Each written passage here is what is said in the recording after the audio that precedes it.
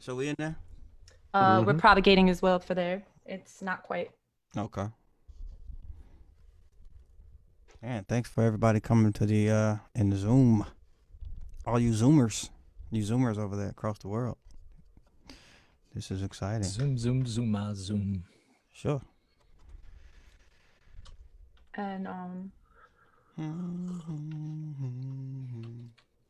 My 7-year-old's been listening to Michael Jackson's "Smooth Criminal." Good lad. Mm. Like, I mean, it's, I want to say maybe 20 times a day. Excellent. At least 20 times a day. And how many times per day of the Alien Ant Farm version? Um, I'm thinking maybe 12 or 11. Okay, yeah, no, that's fair. Yeah. live. Good. Okay, Yeah. cool. All right.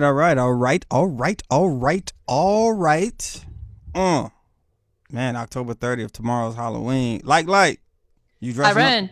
You Yes, you yes. dressing up tomorrow? I am. I'm gonna be a flapper. I got the finger waves happening. I do. I do.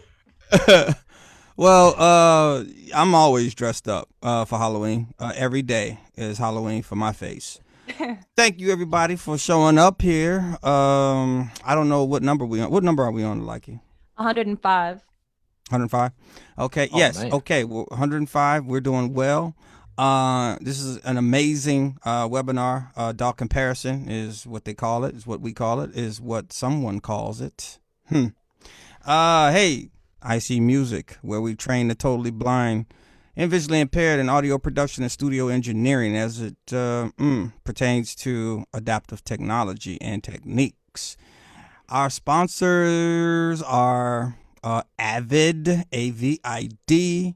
Ed Gray has an email that if anyone has questions, and we're going to post that in the. We could do that afterwards, right, Aliki? We could post that in the follow up. Oh, you muted? You got me on an island by myself. Okay, cool. I'll take it. In any event, so we got Avid as one of our most amazing sponsors. The makers of Pro Tools, I call it the most accessible DAW out there, like out the box accessible. And Sibelius now. And Sibelius. Oh my Oh, yeah. God, yeah, man, Slough, you're right, brother. Sibelius. Even though I can read music a little bit, I could do that. I need to get on Sibelius. Also, as well, Sweetwater, the world's biggest audio retailer. We love them. They love us, I think. At least they told us that. And the most amazing support for those who are visually impaired. For everyone calling in, they can remote into your computer. They can do a ton of things, help you with software. So yes, thank you, Sweetwater. Also, as well, Native Instruments, and the makers of the Complete Control products, the Machine products. These are industry standard sound, folks. When you're trying to make beats or you're trying to make some type of digital composing, whatever you're doing, go to Native Instruments and get that thing. You know what it is. I learned that from somebody. Sorry. Also, as well, last but not least, Shure microphone, and I am on a Shure microphone. Whoever guessed just from the sound, that might not be fair because some people can see which one I'm on. But if you, hey, look, no, here you go. If you could tell me what type of microphone this is, you may get a free course at IC Music. Oh, We got two of our trainers on here today, so they heard it. You heard it. I still have to pay them, so I guess it's sponsored by IC Music. Oh man, okay. Like. Yes, I'm here. I was going to ask you a question. This DAW thing is probably one of the most amazing webinars, I think, because it really speaks to a person's first experience in this game in the audio industry.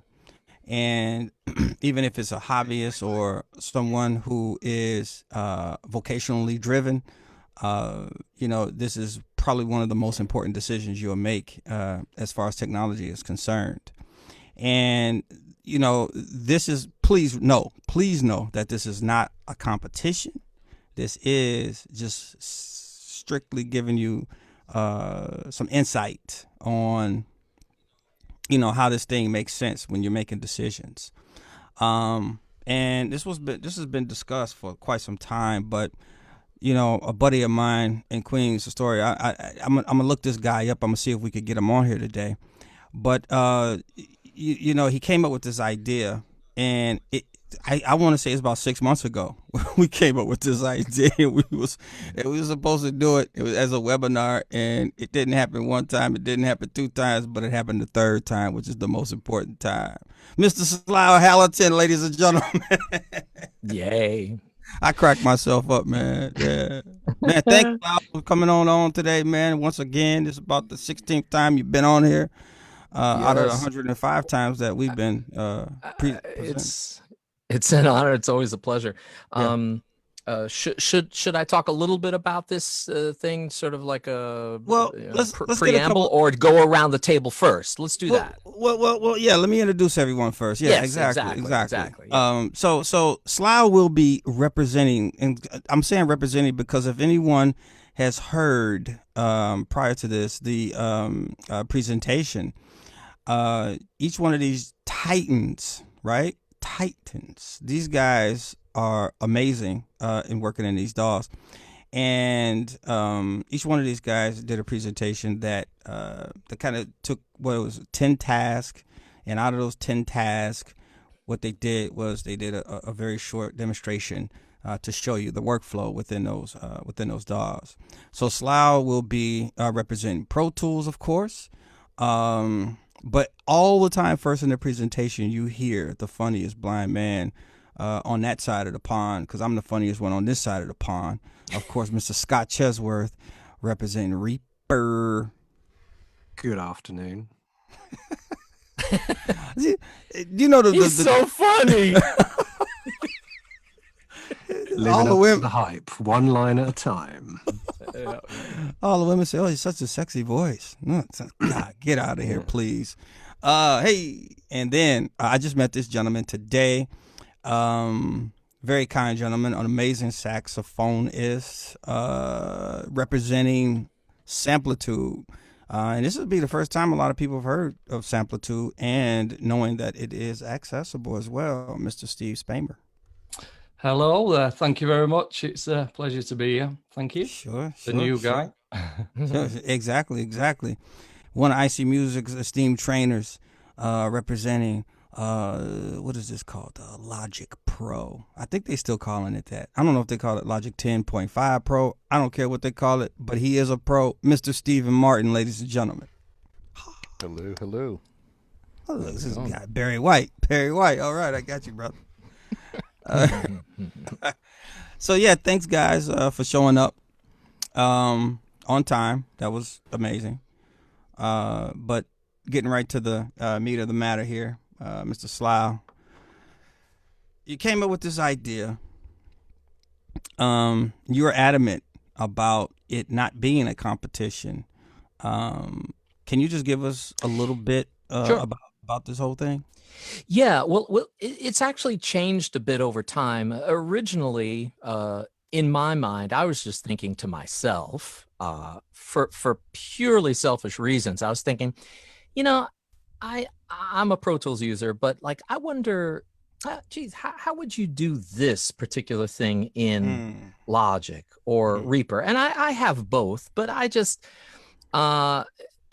probably pure laziness. I know what I can do in Pro Tools, and I just use that. But just out of curiosity, I was thinking it would probably be good to know how to perform certain basic tasks in each DAW, Logic and Reaper, that is, on the Mac. And I was thinking, boy, maybe I could get a couple of people to follow the same steps that I was taking in Pro Tools, and then see what it's like, and just purely, again, if I ever need to do some like very basic stuff, it would help me.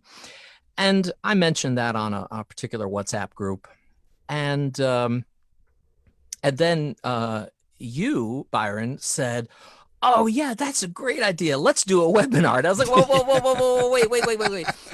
And I think you were driving at initially like doing this live, like, I was, yeah. And I was thinking, I don't think that's gonna work too, because that's gonna turn into a multi-hour, and I Yeah. laugh now because Yeah. look at the recordings that we have. Right. It's Right. gonna turn into a day-long event. I think we try to make it as concise as possible and Yeah. let everybody hear all of this stuff to begin with, and then have a sort of discussion about it as a purely a webinar. So thank you for bringing up that concept of doing a panel discussion about it after the fact, because I think that this combination of pre-recorded material and then discussion afterwards is a winning combination.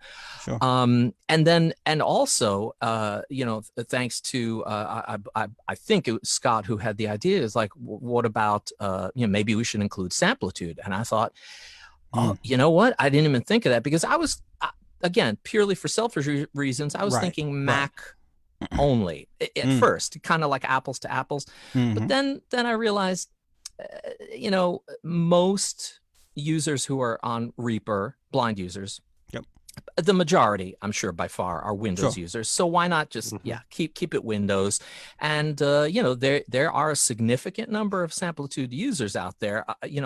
On the numbers, I would say comparable to something like Pro Tools and Logic. So it absolutely made sense. And so this was a lot of work that everybody put into the original recordings. I hope people have have had a chance to download and listen. It's a lot of listening, and from the original idea, I think this has transformed from just my own kind of wondering, like, how would you do something in the other DAW.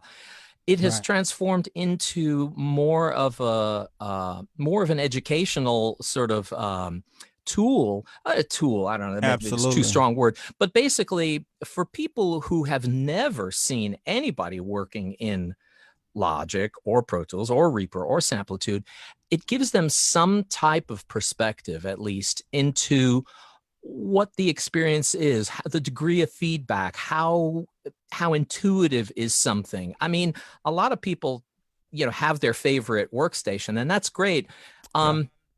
We've all heard other people trashing given DAW, right?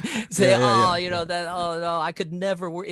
And then when you listen to these things, you start to see, they're really not that much different. Exactly. There are some differences, to be sure, but this then transformed into sort of like an informational thing. And I hope it comes in useful for people who are already working in one DAW and maybe entertaining the thought of diving in. They could sort of see what it's like, not test the waters, but experience a little bit of what it's like to be in that environment. Or for people who are just coming into this for the first time, students, newly blind individuals who want to get into music production. Yes. So, let me say this, because afterwards, post this webinar, Aliki will follow up with an email that's going to include a link to the presentation once again for those who haven't been able to have a chance to check it out before this particular discussion. Yeah. What's really cool though is, and Scott, I want to ask you this question. When people are making choices, well, let me put it like this: when you were choosing to land on Reaper as your primary, if that's safe to say, if it's your primary DAW that you're working in, how did you make that decision? Like, what made you make the decision to be in Reaper primarily? Well, I used to use Pro Tools. Learned the ropes on hardware, and then did a fair few years in Pro Tools, and I was happy.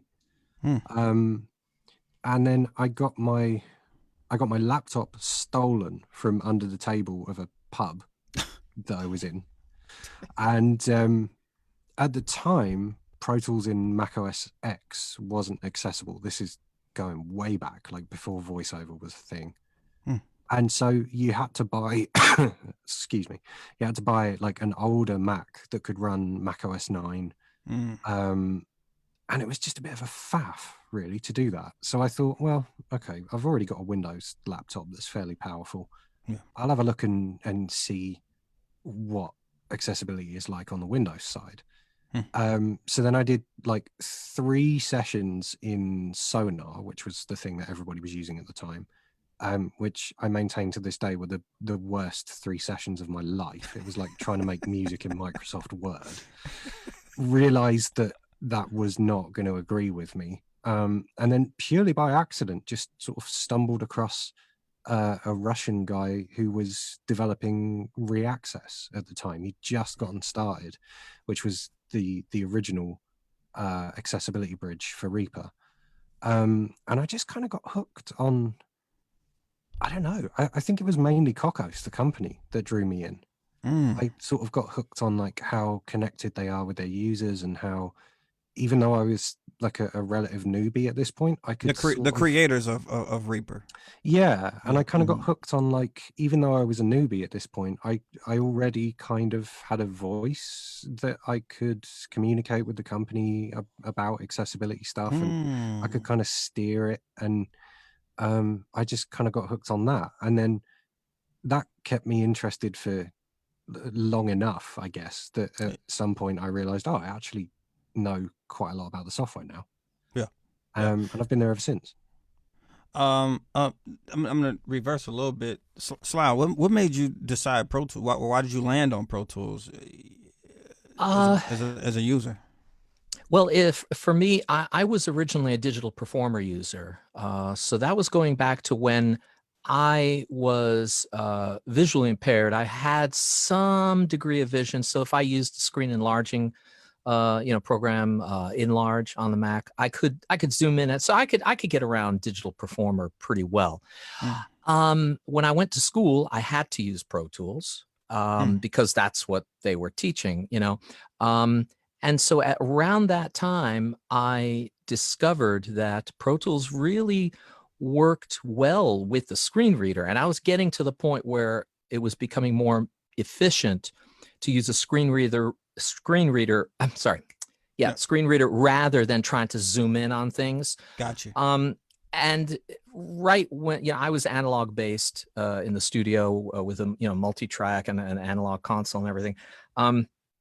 Right around that time, I needed to make a transition to digital, and it just seemed like the right way to go. A lot of studios around here were kind of incorporating Pro Tools. So it just so happened that I said, that's the route I'm going to take. I could have gone another route, I suppose. I almost went Radar, but that would have been, cool. Mostly hardware solutions. Still, you'd still have to kind of take it into a workstation to really edit and mix and all that.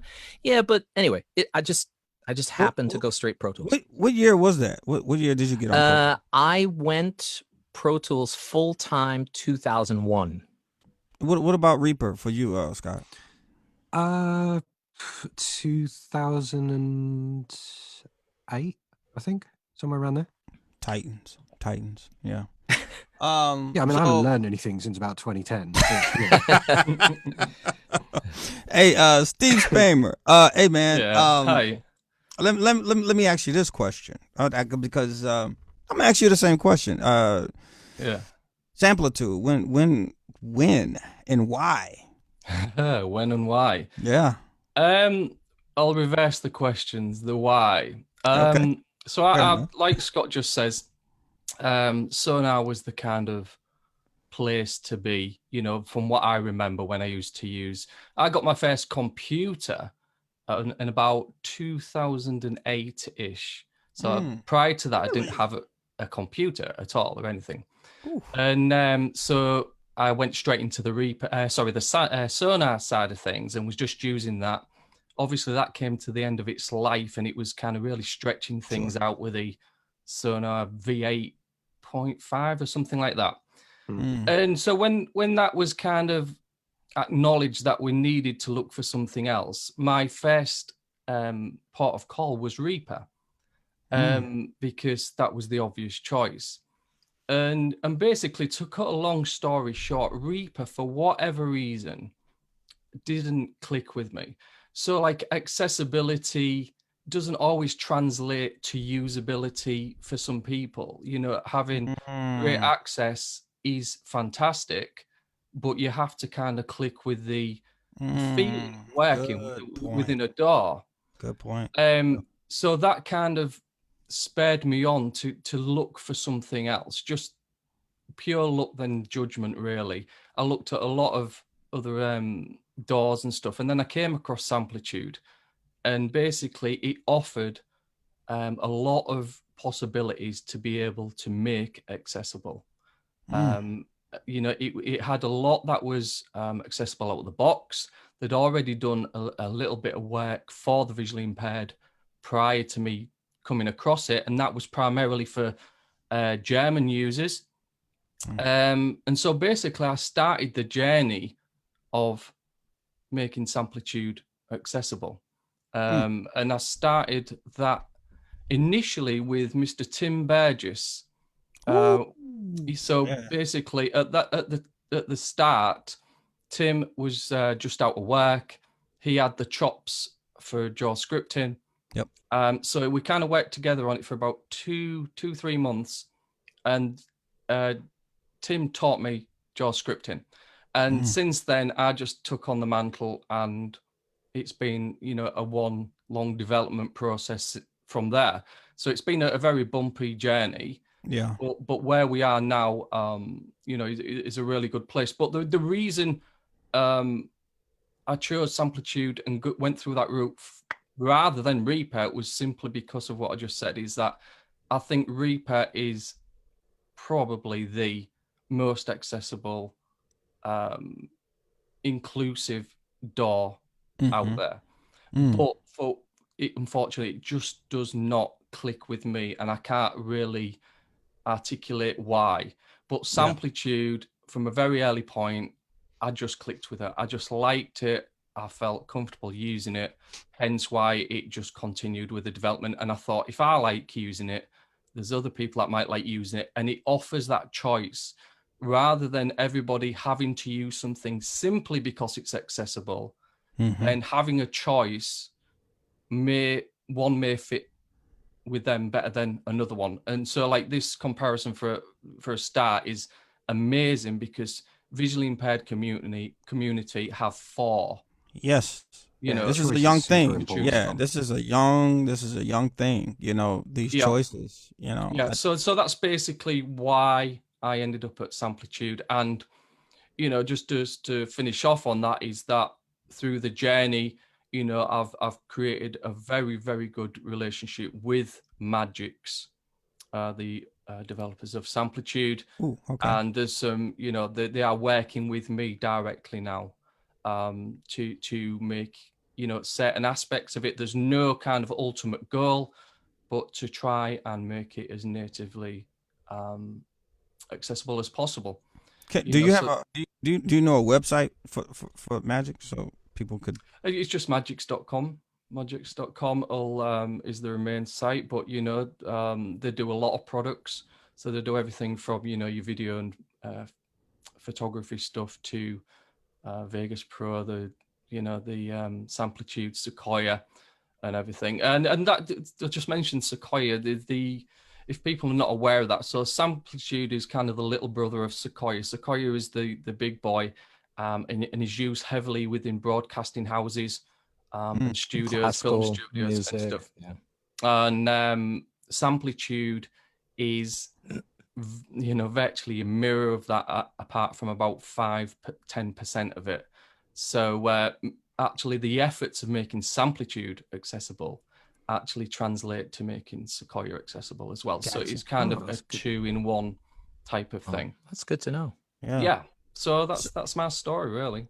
So when did you get in that Samplitude? Maybe I missed that. Okay, so 2015. 2015, I came across it, did a lot of research about it, and we launched the first iteration of the access for Samplitude in 2016. Yeah, so, a long way in 4 years. Yeah. And the thing is, you know, to put it into perspective, and the thing is, this isn't to try and kind of compare other other solutions and the efforts that go into it. So basically, Samplitude is myself. That's what it is. It's me writing the code. I've got some really great people who help on the beta. So I'll give a shout out to Len Villion, Jean Kerja, who wrote the installer, Phil Muir. Is there nobody else I can think of just off the top of my head? But if there is, I do apologize. But we've had a lot of help, a lot of community help, to actually get things done. But I'm the one who actually writes the code, the script for Samplitude, so it's a very limiting accessibility. There's not this big community effort on the development side. It is literally me. So Steve, so if you so with Samplitude 2015, 2016, you're primarily recording audio, right? How much digital? Digital, MIDI, like composing. No, it's MIDI and audio. It's okay. It's not. I think Samplitude is the opposite way to Sonar. I think Sonar was very MIDI orientated. Was MIDI first, then audio. Where Samplitude, it's kind of flagship thing is it's audio, but it does do MIDI as well. And it's got some very powerful MIDI capabilities, but it's also got some limitations as well. Sure. But yeah, it does offer both sides of it. Mr. Martin, Logic Pro, man. When did you when and why did you jump into Logic? Because I know that you've been in multiple DAWs. From the start. I've actually used every DAW that we're covering today at one point in time or another. Huh. You want to turn up your mic, Steve? Oops. Is that better? Or get closer. Yeah. So yeah, I've used pretty much all the DAWs we're covering today at one point in time. Logic I've been using since 2016, I want to say. That was around the point of 10.2 was when it kind of became accessible enough for me to really explore it, in my opinion, and that's when I dove in. And it was really because I do a lot of composition and work with singer-songwriters and stuff like that, and compose my own music. And I kind of came into I did a lot of my drums and stuff using loops and editing loops and stuff like that, because I'm not a drummer, I'm not a piano player, I'm a guitarist. And tapping out drum patterns on a keyboard just never appealed to me. Right. So I could always edit audio. Audio was always accessible. I didn't have to try and figure out what drum synth was accessible, et cetera. And so I got into working with drum loops early on, and that was how I built a lot of my back-end tracks, was with drum loops. And I was using Sonar. We all know how that story ended. I was using Samplitude briefly. At the time, I was still a ZoomText user, so I was using Samplitude for version 8 and 9. And then Reaper kind of came on the scene, and Ray Access was a thing. I was using that, but then I switched over to the Mac and started using Pro Tools. Problem was, at the time, the workspace browser in Pro Tools, which is how you bring in loops and have them snap to your project template and stuff like that, wasn't accessible. And so it was really, really cramping my workflow and my style of production. And so I started investigating Reaper on the Mac. Enough was accessible that, just going through and adding key commands and making key commands and using Rear Console to select tracks and stuff like that was how I used Reaper. So I was using Reaper on the Mac well before SAR was even a thing, and it was, there was cross-platform accessible plugin.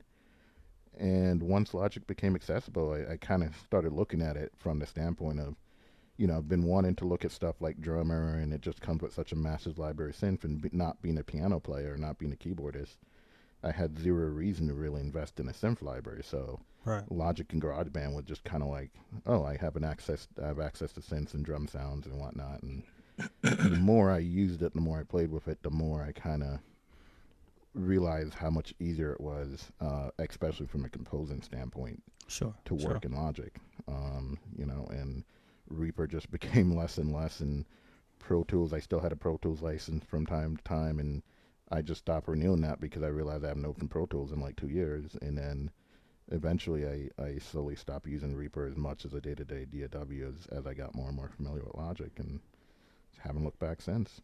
So you traded, if this is fair to say, some accessibility because of your workflow. You know, I mean, because obviously, Logic, you know, people historically been like, oh yeah, well, Logic's not accessible, but of course it is, right? To some degree, at least a degree that you can complete a record, and I'm talking about in production, right? In fairness, you know, stuff like the event list and Piano World wasn't really that accessible in 10.2 when I started using it. But because I was primarily not a MIDI person, and drummer, even though it is a soft synth, is not standard MIDI. So the way you work with the drummer and edit the drummer and stuff like that has zero to do with the event list and MIDI. So that wasn't really a hindrance for me at the time. And then since then, that stuff would become more accessible. I think the thing that throws a lot of people off about Logic is every other DAW, Reaper, Samplitude, Sonar, is very much based in the analog workflow. You know, it's kind of like digitizing the analog workflow. And Logic kind of is done from, and this is my opinion, I have no insight into this, but just from the way I've seen it, it kind of is from the standpoint of if you've never recorded before and you have no idea what recording is, it tries to approach it from that standpoint to make it easy for someone who's never worked in a recording or in a DAW before. And so I think when you come from that, you know, you're used to working in analog and, you know, you're used to that mindset, it's really kind of throws you for a loop the first couple of times you try to use Logic. And, you know, that's true with like the way a lot of the editing works and just some of the nomenclature that they use. You know, it's definitely geared at a different audience, I feel like. Yeah. So, but, how important is it, Steve Martin? How important is it, do you think, that users learn multiple DAWs in this thing? I think first of all, I think you should get really, really good at one DAW, and if there's a weak point or something that DAW isn't serving for you, then figure out what the best supplement is, and then start to supplement your skill set with that other DAW. I don't know if I'd recommend everyone do what I did and jump around as much, but that was also me having the freedom to do that. It wasn't the thing that was paying my bills at the time. My background is IT, and you know that's what I was doing for work at the time. Doing for a living. So I had the freedom to take the time to learn something new if something wasn't working for me. You know. Yeah, I mean? And that's a good point too, brother. Is that time is money, right? Yep. So Slough, I want to point this question to you too as well. Like, how important do you think it is that a person knows multiple DAWs? But not only that, so is this a two-part question? I'm going to have to charge you for two questions. Well, you put it on my bill. Put it on my bill. You got it. Because every time I need information, I come to you, right? So I'm running a tab here, brother. Yeah, you got it. And so not only that, but the second part of the question is, you know, should they be an expert in all these DAWs that they know? Okay. Well, I still take that as one question, so you get a discount. I will answer that in this way. I will qualify this answer that I would answer differently for sighted users than I would for a blind user. And I'll tell you why. Because let me say it this way. For sighted users, I would still say that, as Steve Martin said, you know, learn a primary DAW like the back of your hand so that you can work quickly, efficiently. And for sighted users who might be more likely to be sort of itinerant audio people, journeymen, kind of going to other studios, going to other locations, working with other people more often than blind users, then it is certainly more valuable to be versed in Logic, in Reaper, Samplitude, whatever, Cubase, you know, Yeah. because that adds to your value as a person Sure. who's working in audio. I would say that for a blind user, chances are you're not moving from studio to studio nearly Right. as much as most sighted users. Right. And so I think that for a blind user, it is certainly important to have a primary DAW that you learn super well. I think that if you have the bandwidth, if you're capable of sort of separating in your mind and compartmentalizing sort of your Pro Tools Logic versus your Reaper knowledge, then by all means do it. But I think that, you know, you run the risk, of course, of becoming, jack of all trades rather than a master of something. Sure. So, you know, to me, like I said earlier, I own Logic and Pro Tool and Reaper, but I don't use them At all. at all. Yeah. At all. And that may sound silly, but I mean, the reason why I have them here, aside from the fact that I was just curious about accessibility in the first place. I mean, I bought Logic, you know, back in 2004 or 5 or whatever. I bought Reaper, I don't know, 2010 or 12 or something like that. The reason why I keep them around and keep them updated is because if I have clients coming to the studio that say, oh, wait, you know what? I need to import this track to, you know, that I have in Logic. Do you have Logic? I have to be able to say yes. Absolutely. So I've just kept it up for business purposes. But now, you know, I'm just thinking that I'm at the point where, in terms of that type of bandwidth, in terms of my mind, you know, I can handle trying to learn a little bit about other DAWs, just for the knowledge of it, and not necessarily that I would ever have to really use them for any kind of production, but you know, it doesn't hurt to know them. Well, that's how I would answer that. Well, you have a recording studio that people actually physically come to, yes, and grab product, right? Yes, and I think like with Steve Martin, I'm not sure of your setup, Steve Spamer, but I know that Scott is also kind of like the they have their recording facilities in their house, in the sense that you know, they don't have a separate, you know, kind of brick and mortar, if you will. Right. And so I'm wondering if that, you know, kind of plays it sounds like it plays some type of importance in that decision, you know. I think it probably does, man. I used to work on location a lot more than I do now. I used to dry hire space all over the place and travel to produce. And when I was doing that, for the first couple of years after I picked up Reaper and started getting into it, I still kind of maintained my Pro Tools chops because I had to. Because the majority of places that I would dry hire, that's a good point, Pro Tools is what I would find there. Yep. Whereas nowadays, A, I'm working on location less, and B, at this point, Reaper is portable. The accessibility bridge is portable. On Windows, the screen reader is portable, and on Mac, the screen reader is built in and the preferences are portable, right? So nowadays, when I dry hire, it doesn't really matter what DAW is there. I can take my setup with me, which is what I do. But before that was a possibility, I definitely felt like I needed to be versed in more than one DAW.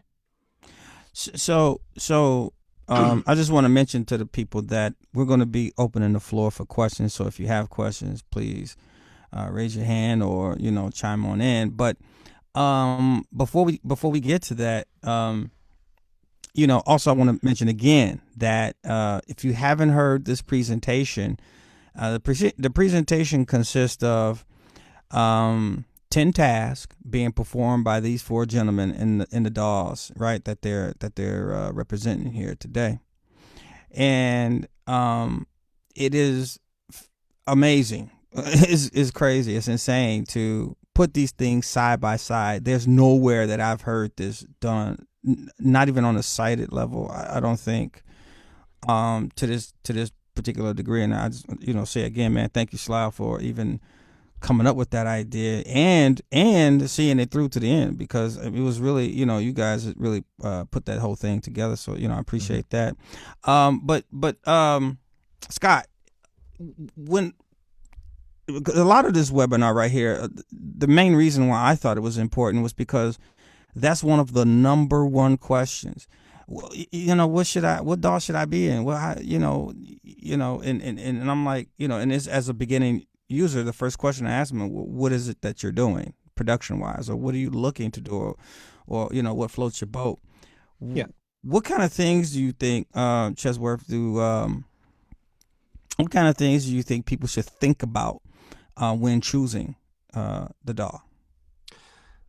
I mean, honestly, it doesn't matter that much. Like they'll all do what you want to do, unless what you want to do is really weird and obscure and niche. So I think, like, start with the one that you can afford, maybe. Which I know sounds biased because Reaper's got a bit of an edge there, but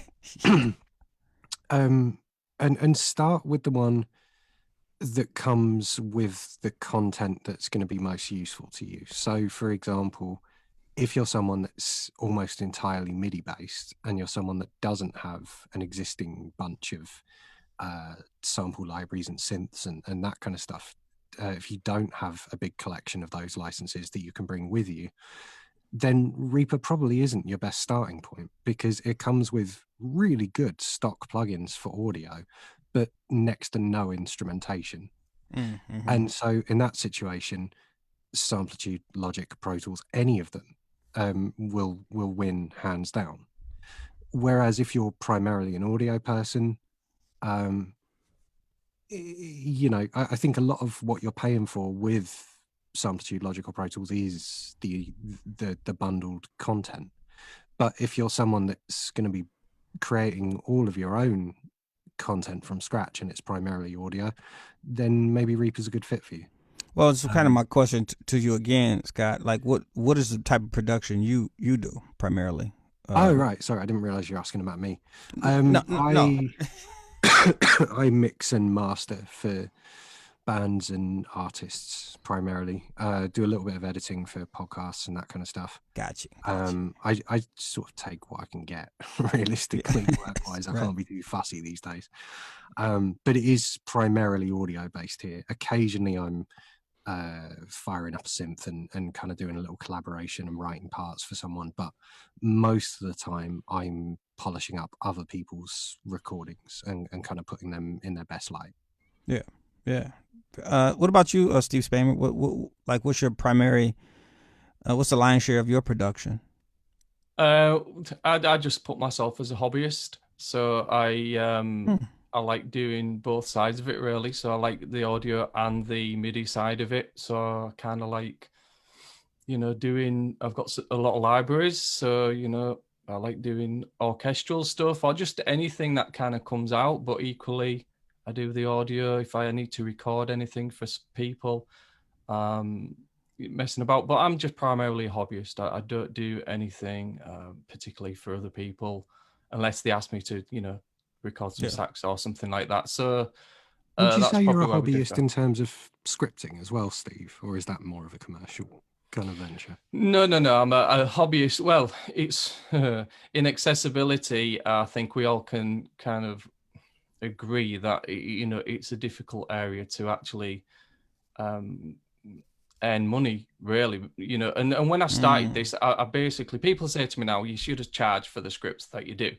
But because I was learning it and it was kind of a new venture for me at the time, I had no nowhere would I have thought of selling anything that I didn't know where it was going to end up.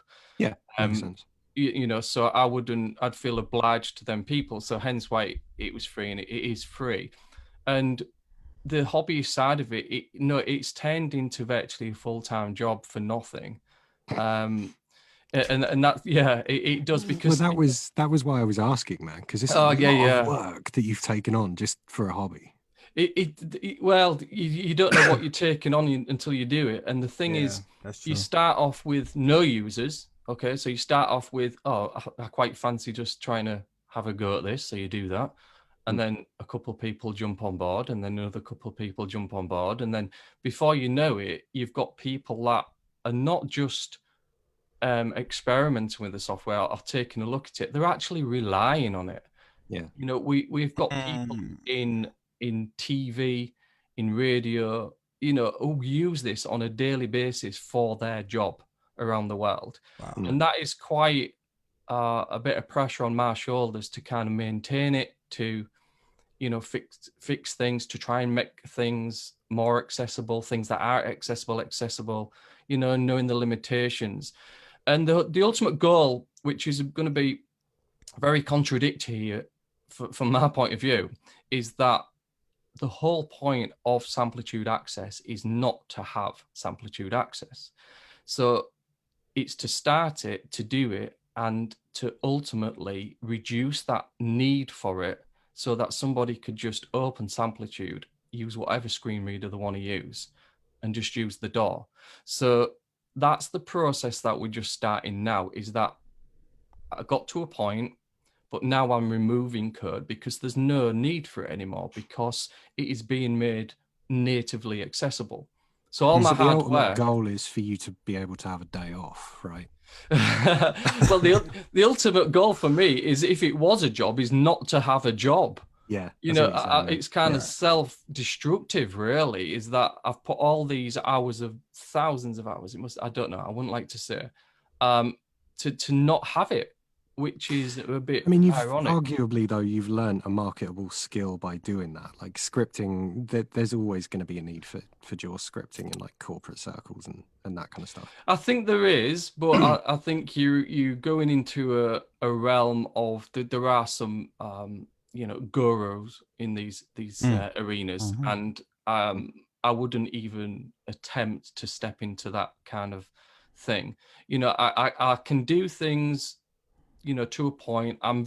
Tim has told me this, I'm very creative with my scripting. So there's a lot of areas where standard kind of scripting kind of just hits a brick wall, and you have to think outside the box of how you can script something to work.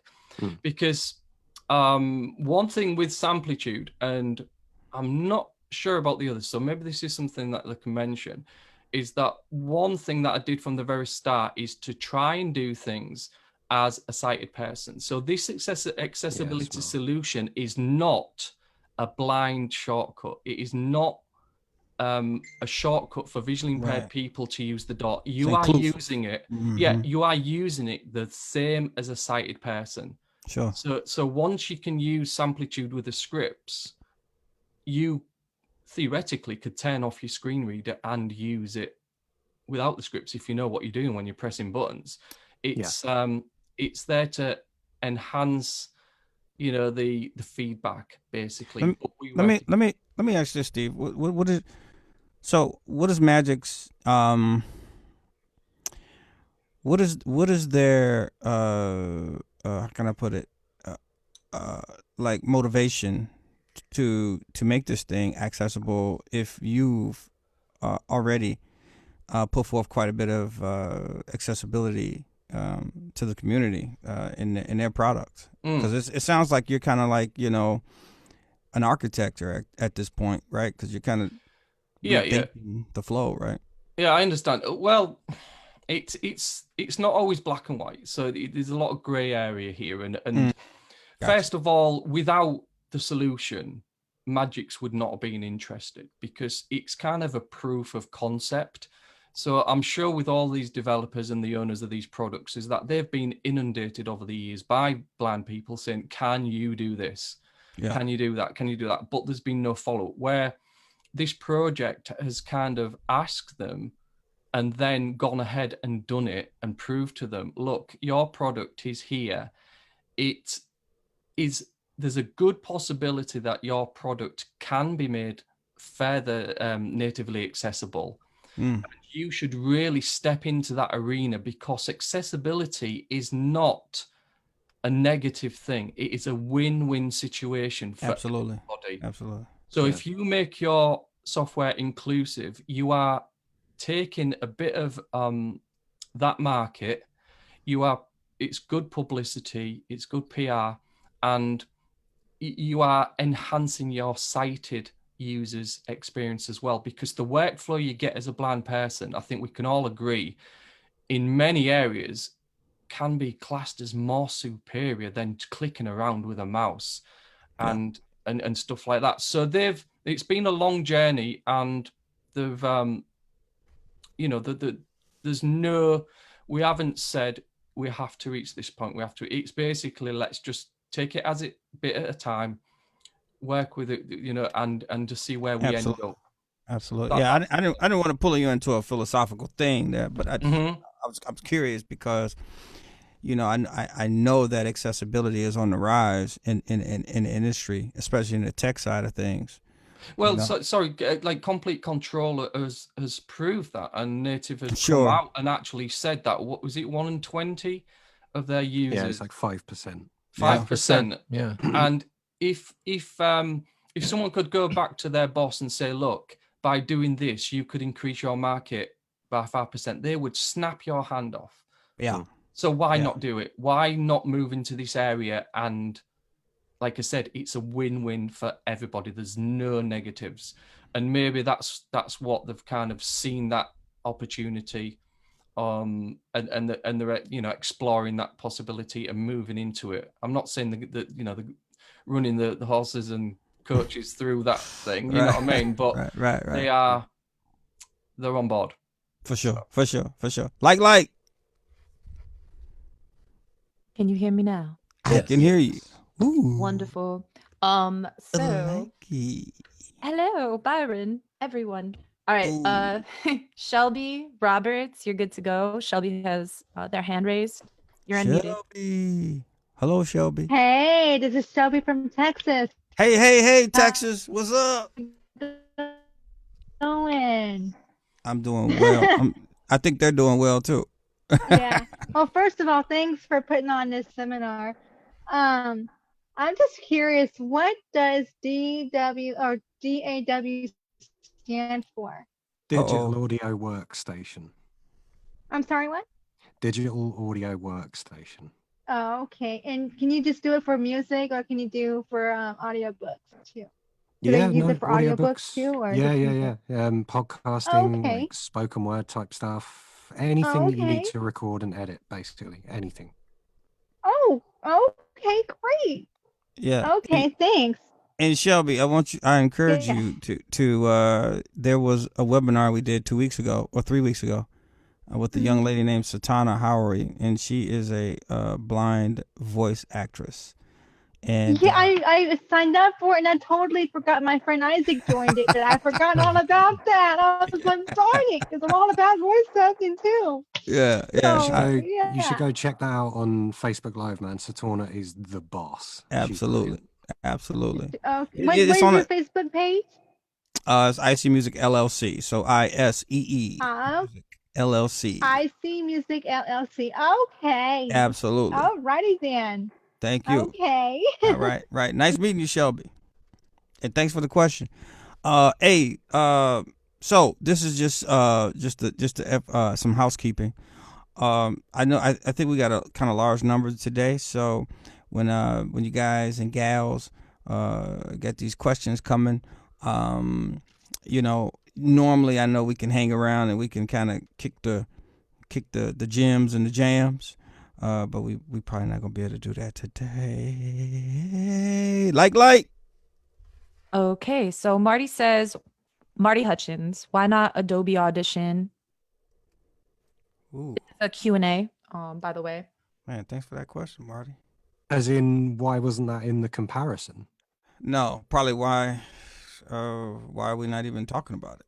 Oh, right. Yeah. Is it I accessible mean, the short anymore? answer is, at least from my perspective, is I don't know anyone that's using it. Right. It's a sheer matter of numbers. I mean, the number of Cubase users is very low. I mean, we're talking handful of people. Digital performer, like nobody. Why are we talking about what's that sort of open source one that Audacity. Oh, Audacity. Yeah. Yeah, or this, like Ardour on Linux or whatever. yeah. I mean, I think it really just comes down to sheer numbers. I think really the top four right now. I mean, there are probably a few people out there using Sonar too. I mean, Sure. a handful. I know it is. Yeah. Yeah. So I think it's machine with 8.5. Yeah. Yeah, well, let's be serious. No. Nothing against machine, Absolutely. But that's its own thing. That's just like, let's talk about complete control. I mean, that's just one thing. That's not a workstation that, you would use sort of normally to do everything. Although, there are other things that, hardware solutions, people using old Roland multi-track recorders that still are viable, I got one. But I think it's just, I think it's just purely numbers. It just so happens that as far as blind users and digital audio workstations, I would say, these would be the top four.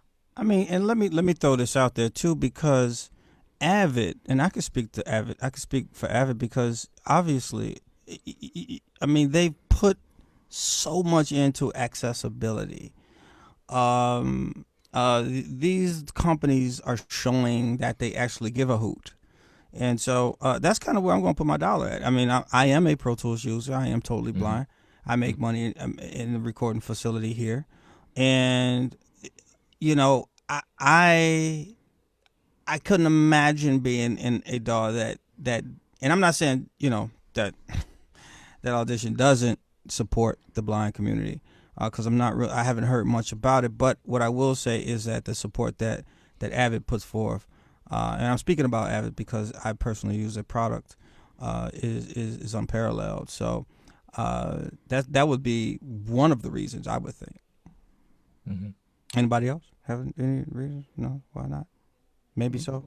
No, I think we've done it. My only Cool. thing is Nah. the last time I looked at Audition, because I did use Audition briefly at 1.2. Oh, here comes the door hopper. You slut. Sorry, Steve. Carry on. Yes. Sorry, just But, kidding. the last time I looked at it, I didn't think it was that accessible, and I think the scripts were back to like version 1.5, and and Audition is, let's just say, way past 1.5 at this point. Right. So I'm not even sure what the current state of accessibility is for it. Yeah. Just to add as well, things are fast moving nowadays with Windows updates and new products coming out and stuff like that. So having something accessible, from a year or two ago is okay, but when it gets to 3 and 4 years and stuff like that, that's a big part of it. Current accessibility as well. Having a DAW that is currently accessible, not the version before, not the version before that as well. For sure. Yeah, I think that's a really important point, is that all of these 4 DAWs that we've presented as part of the comparison audio, all of them have got a really good track record of current forward motion in terms of accessibility. Sure. Which I think is you can use a really version of important. them all. For sure. Like. So, is Samplitude compatible with NVDA as well, or strictly JAWS and vice versa with Reaper? And that question comes from Keenan. Hey, Keenan, thanks for that, man. Me or you, Steve? All right, I'll go first. No, it isn't. So Samplitude is purely JAWScript if you look at the accessibility solution for it. So that is purely JAWS. But just as a side note, there are quite a few areas of Samplitude that are fully accessible with anything, whether it's NVDA or a narrator or anything. And that, again, it goes back to my explanation about native things. We're trying to address those gaps between those areas. So, fingers crossed, touching wood and everything like that. I can see in the not too distant future that those gaps will have been bridged, and you will be able to get work done with any screen reader. I'm not saying all of it was accessible, but get work done. Mr. Spamer, how much is Samplitude, a license for Samplitude? Okay, so this is again, the price of it. So it is, if you get it with no offers, but the thing is with Magix is like, I don't think there's a day in the year that there's not an offer for it. So it's kind of constantly on offer. I think it's about, I don't know, because I bought it many years ago. So it's maybe about £400, something like that. But you can get this on offers for like $199, something like that. Does it come with packaged up with synth sounds and? Yeah. So you get you got two flavors of it. You've got the Samplitude Pro X version and you've got the Suite version. So the Suite version comes with like the full package of plugins. So you get everything from beginning to end. That's its kind of point, is that you can do anything from creation to mastering in Samplitude, and as you probably can in all DAWs, but you don't need to go out and get any third-party stuff. The Suite one comes with bunch of plugins, and they bought out Independence as well, so you get like an 80 gig Independence library. It's got maybe 30 other instrument plugins, and that's not including the effects plugins and mastering plugins and stuff. The Samplitude one comes with a cut down, I think it's 12 gig Independence. And it doesn't come with pretty good, to be fair. It doesn't come with the restoration suite and stuff. So there's just a handful of stuff that you get with the Suite version that you don't with the Pro X version. So but, go ahead. I'm sorry. No, so I was just going to say, so basically, we were at JAWS. I wouldn't say anything that you do need JAWS to use Samplitude at the moment. Man, that's like a car. That's the price of a car. Again, I want to disagree with you here, Baron, because it's been, with JAWS, is that one thing that I've always faced is that JAWS is kind of the devil's ass. He's the devil in disguise. Yeah. And that's basically because it costs money. I don't think that is much of a problem now. You can get JAWS on a monthly basis for, is it about $8 a month now? So people are paying more than that for their Outlook. So I don't think that is a barrier to using JAWS now. But equally, it's a tool. So if you want to use something, you have to have a tool to use it. And a lot of the people are probably going to be a bit controversial here, that a lot of the people that kind of moan about the price of JAWS have absolutely no, they'll go out and spend thousands of dollars on libraries and thousands of dollars on new systems, but they don't like paying for the tool that allows them to use their computer. So it don't sit right with me. Right. Right. So sorry about that. No, man. It is a barrier, but I just want to quantify that from like Reaper's point of view. Reaper has jumped into this arena, which is great. This is not a negative thing, with such a low cost point, so that's kind of highlighted everything else in this arena as being expensive. So if you try and judge things from the lowest common denominator, then everything is going to be expensive. But if you're going to get into this, you're going to need a certain amount of money in your pocket, no matter what you want to do. Like Scott said, if you want Reaper, but you want to be using synths and stuff like that, you're going to have to go out and buy some. Yeah. And it's the same with Samplitude. If you buy Samplitude and you've got JAWS, or you buy JAWS, you've got everything you need. You don't need to go out and buy anything else. Whereas, with something else. Well, I think some great economists would argue that that the cheaper something is, the more expensive it is.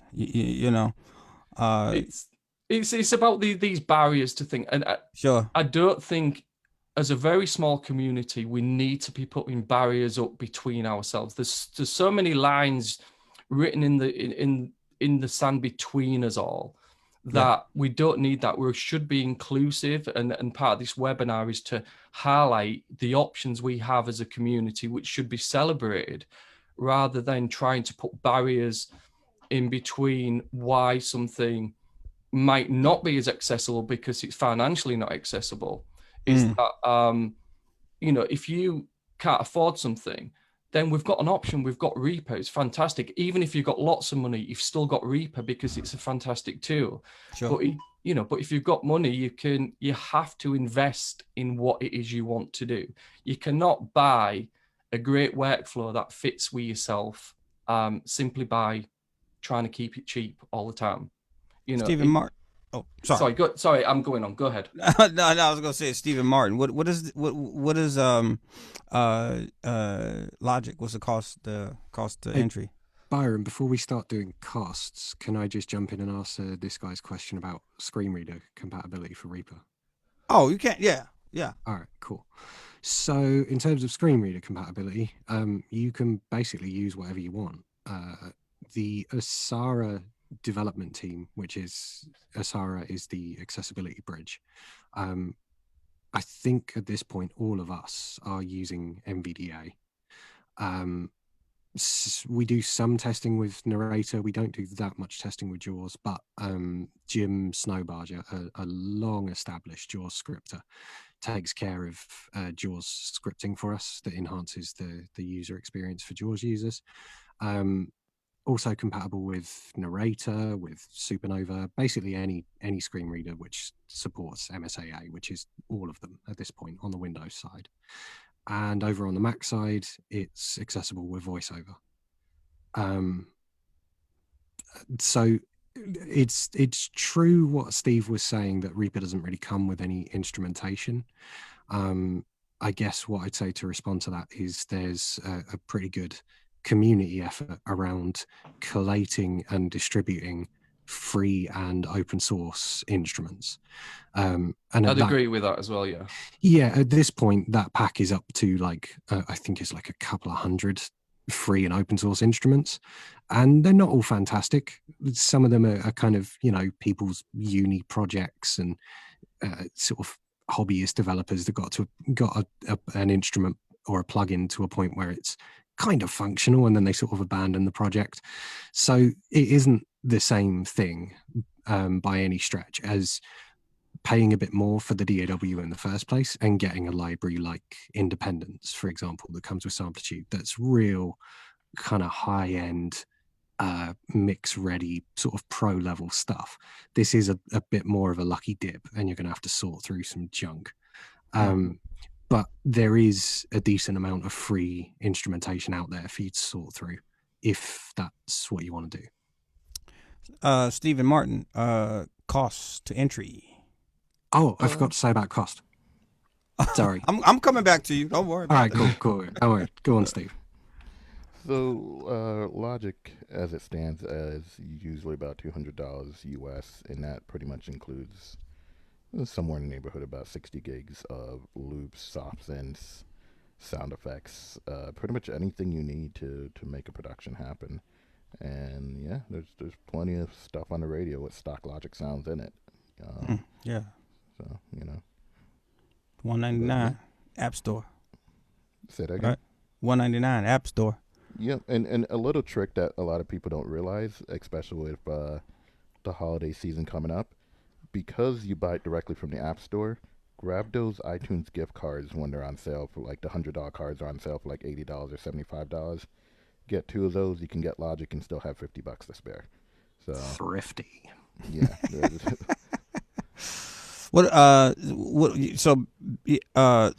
Back to you on Reaper. What's the cost of entry there?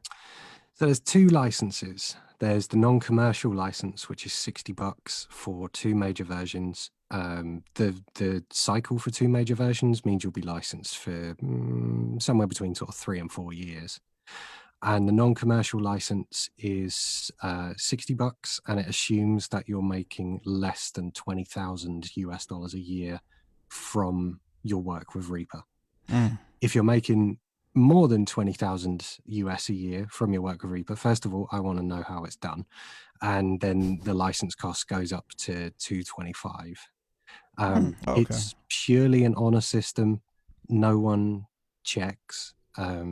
And I think another thing in Reaper's favor is that you've got a 60-day evaluation period, right? Yep.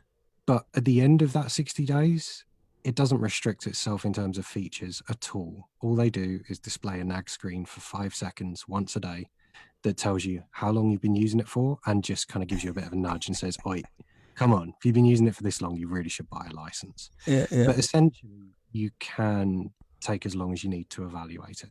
And it's just, so when you ask the other guys, Byron, it'd be interested, because I don't know this on Pro Tools or Logic about, like Scott just said there, you get so much 60 days to use it. And the same with Samplitude, you can use Samplitude for 30 days, Sure. Both versions. So you can get 60 days free full functionality of Samplitude as well before having to purchase it. So I'm interested to see if you can do that with Logic or Pro Tools as well. Mr. Halligan. Well, Pro Tools, has a couple of, it has many options, and then sometimes it could be confusing. At the very entry level is Pro Tools First, which is free, and there's no cost, there's no limits. It works just like Pro Tools. You cannot have as many tracks, let's say, as many audio tracks, as many MIDI tracks. There is definitely the limitation in terms of the breadth of the application. Sure. Regular Pro Tools, what some people call vanilla, just the regular everyday Pro Tools. Years ago, Avid moved to sort of a subscription model. You can outrightly purchase it. I think most people just go for the subscription. I don't remember what the exact outright perpetual license pricing is.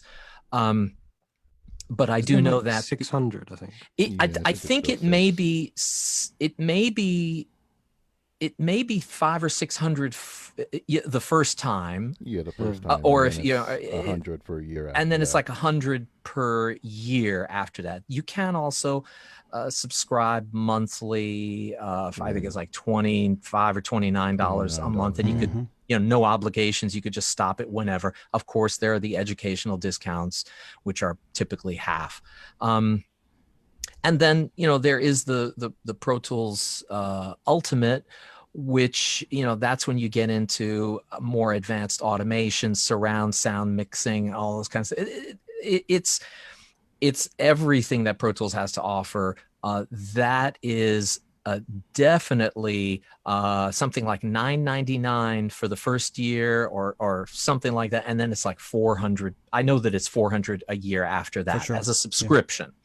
Yeah. Again, there are perpetual licenses. I think the whole plan is to sort of make it very attractive to simply subscribe, because you get updates all the time. You're always up to date, and for somebody who's running a business and it's their full-time job, that $400 per year, that's just the cost of doing business. Sure. Or let's say the 100 or 150 per year that you'll pay for the Pro Tools, regular Pro Tools vanilla. It's, again, it's cost of doing business. It's not cheap. It's not terribly expensive. But then again, like I said, there's always Pro Tools First. If you just want to use Pro Tools here and there a little bit for some editing or whatever, you could have it for free as well. Yeah, for sure. So, hold on. Steve.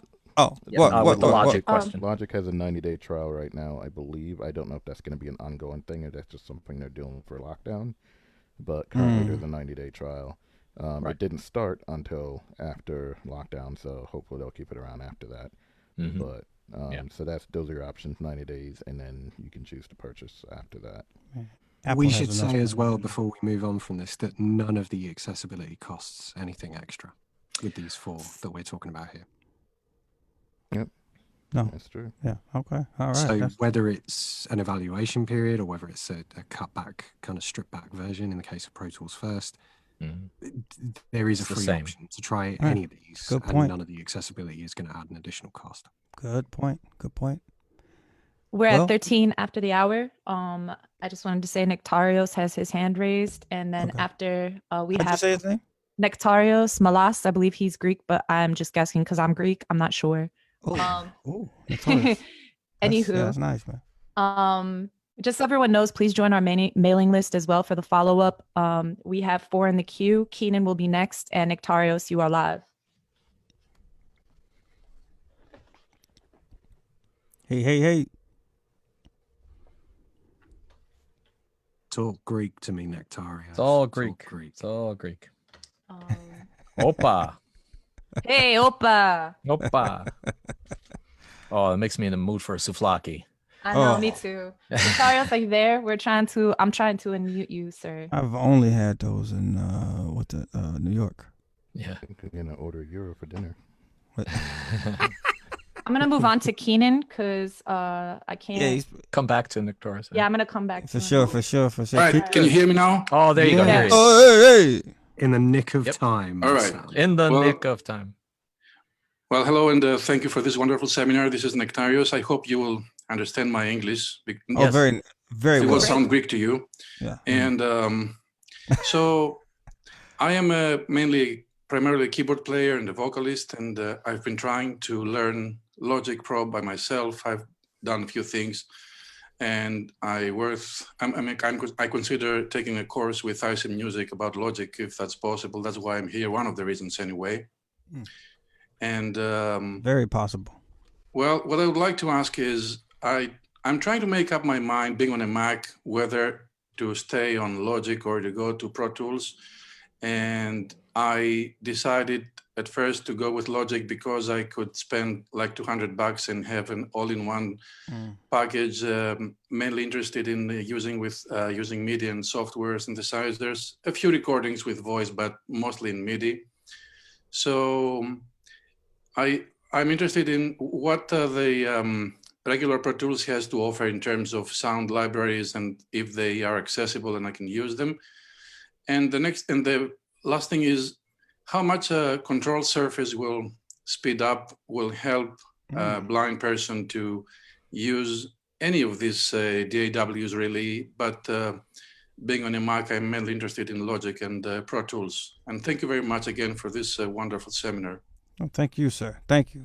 Slough, I think that's a Slough question. Well, I would say that as far as the libraries that come with Pro Tools, well, let me just say this. I think that Apple with Logic does pretty much kind of like an unbeatable job at supplying virtual instruments.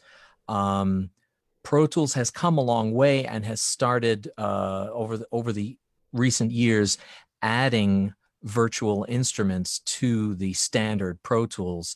And now, they've added stuff like Falcon, UVI.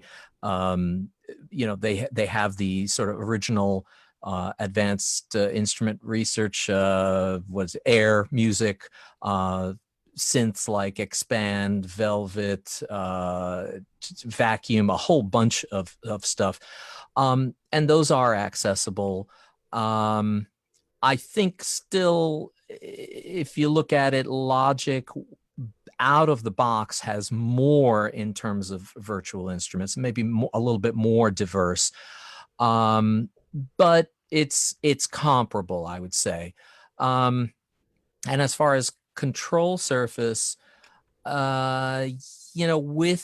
with Pro Tools specifically, and I would argue that also with Logic, having a control surface is a huge advantage. It gives you a tremendous advantage in terms of speed of sort of framing a mix or soloing, muting, editing, like to have a scrub wheel on a surface. I think these are things that can really speed up someone's workflow. However, there, with that comes a cost. If you get something like a fader port 8, a Persona's fader port 8 or 16 or whatever, you're easily looking at $500 or whatever, to have something that's going to work well with Logic and with Pro Tools. But that particular surface does work with both. It's I would say it's certainly worth it. But then again, that's an individual call in terms of, what your resources are. And obviously if you're a keyboardist, obviously you have spent, I'm sure, a significant amount on some type of keyboard or weighted controller, virtual instruments, libraries, and stuff like that. So when you talk about the cost of working within a workstation, on the Mac side, whether you're in Logic or Pro Tools, I think it's a worthwhile investment. Yeah. And if I may chime in too, I think as far as Logic goes, for what you're describing, I feel like Logic would be a good fit for you. You already have a variety of instruments. The audio is there for the times you need to do audio, et cetera, et cetera. The MIDI capabilities for editing, stuff like that is excellent. So two things. Check out logic.band if you haven't already, to kind of get some free tutorials and stuff like that. And then the other point I was going to make is regarding the control surface, Logic, because of how it works with a keyboard, there are a lot of kind of little tricks and hacks that you can do to compensate for not having a control surface more so than you can say doing Pro Tools. The advantage Pro Tools does have those because of something like Flow Tools. Using a surface to control a plugin will probably give you a little bit more verbal feedback, whereas with Logic, you're going to take a minute to kind of learn how that surface is mapped to that plugin. So there's a little bit more of a learning curve as far as that part of it goes. So just, pros and cons on both sides there. So, Steve, what about the host integration with like a complete control? I mean, he's a keyboard player. I don't know if he has, a native product, but that combination is awfully dangerous. Yeah, that combination is second to none. As we're talking about a control surface and complete with control, sounds. because the nice thing about complete control too that a lot of people don't realize is not only can you use it to control the plugins, but basic track navigation can be done from complete control. So you can switch to the next track and start recording on the next track without taking your hands off the complete control. You can, your transport controls are right on the complete control keyboard as well. So for basic track navigation, recording, you can navigate through the project, the scrub, not the scrub wheel, but the knob you push up and down and left and right on to select your instruments in complete control. If you set that to track mode, turning that knob move you through your project a measure at a time. Pushing up and down in that knob moves you through your project up and down a track at a time. So there's a lot of integration for a keyboard player that makes complete control a really, really dangerous solution, as you said, Byron. Yeah. Just one part of the question that we missed. IC Music does indeed have the Logic course, and Steve Martin would be your instructor for that.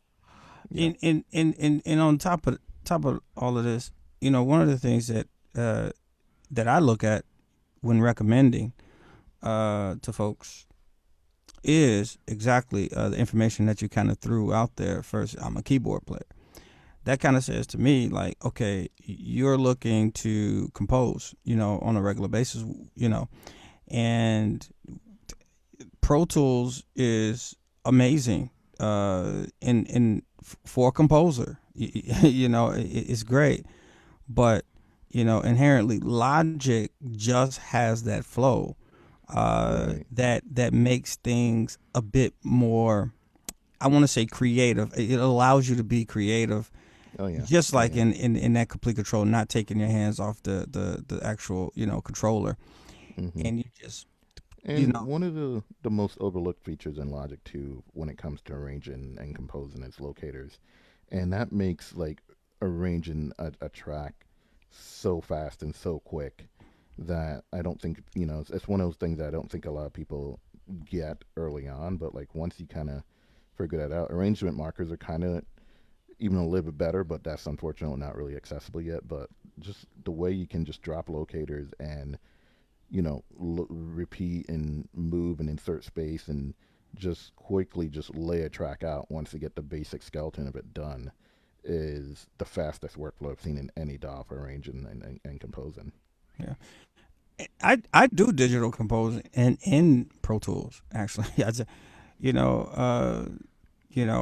get in and I select my the range in which I want to deal with on a timeline. Usually about 8 bars, 4 bars, and bang out whatever part that I want to bang out, and I just copy and paste that throughout, and I got me a whole song less than a half hour.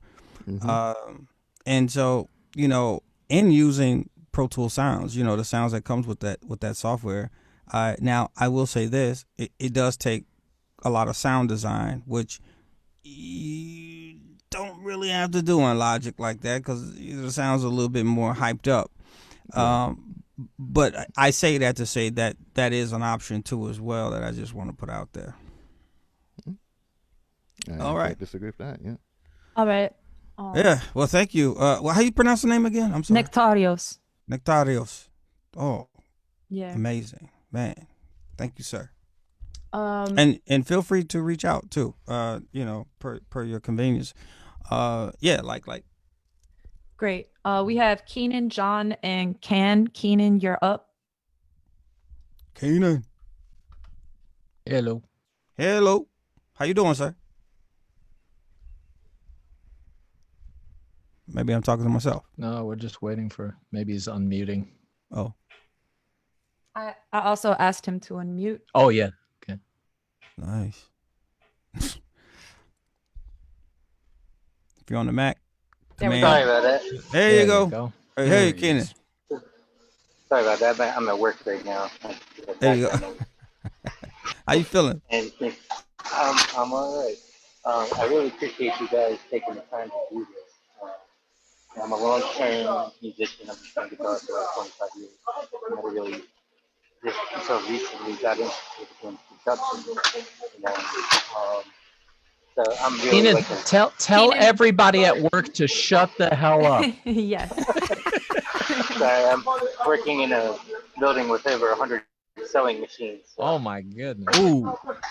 Oh. Where's this at? What country are you in?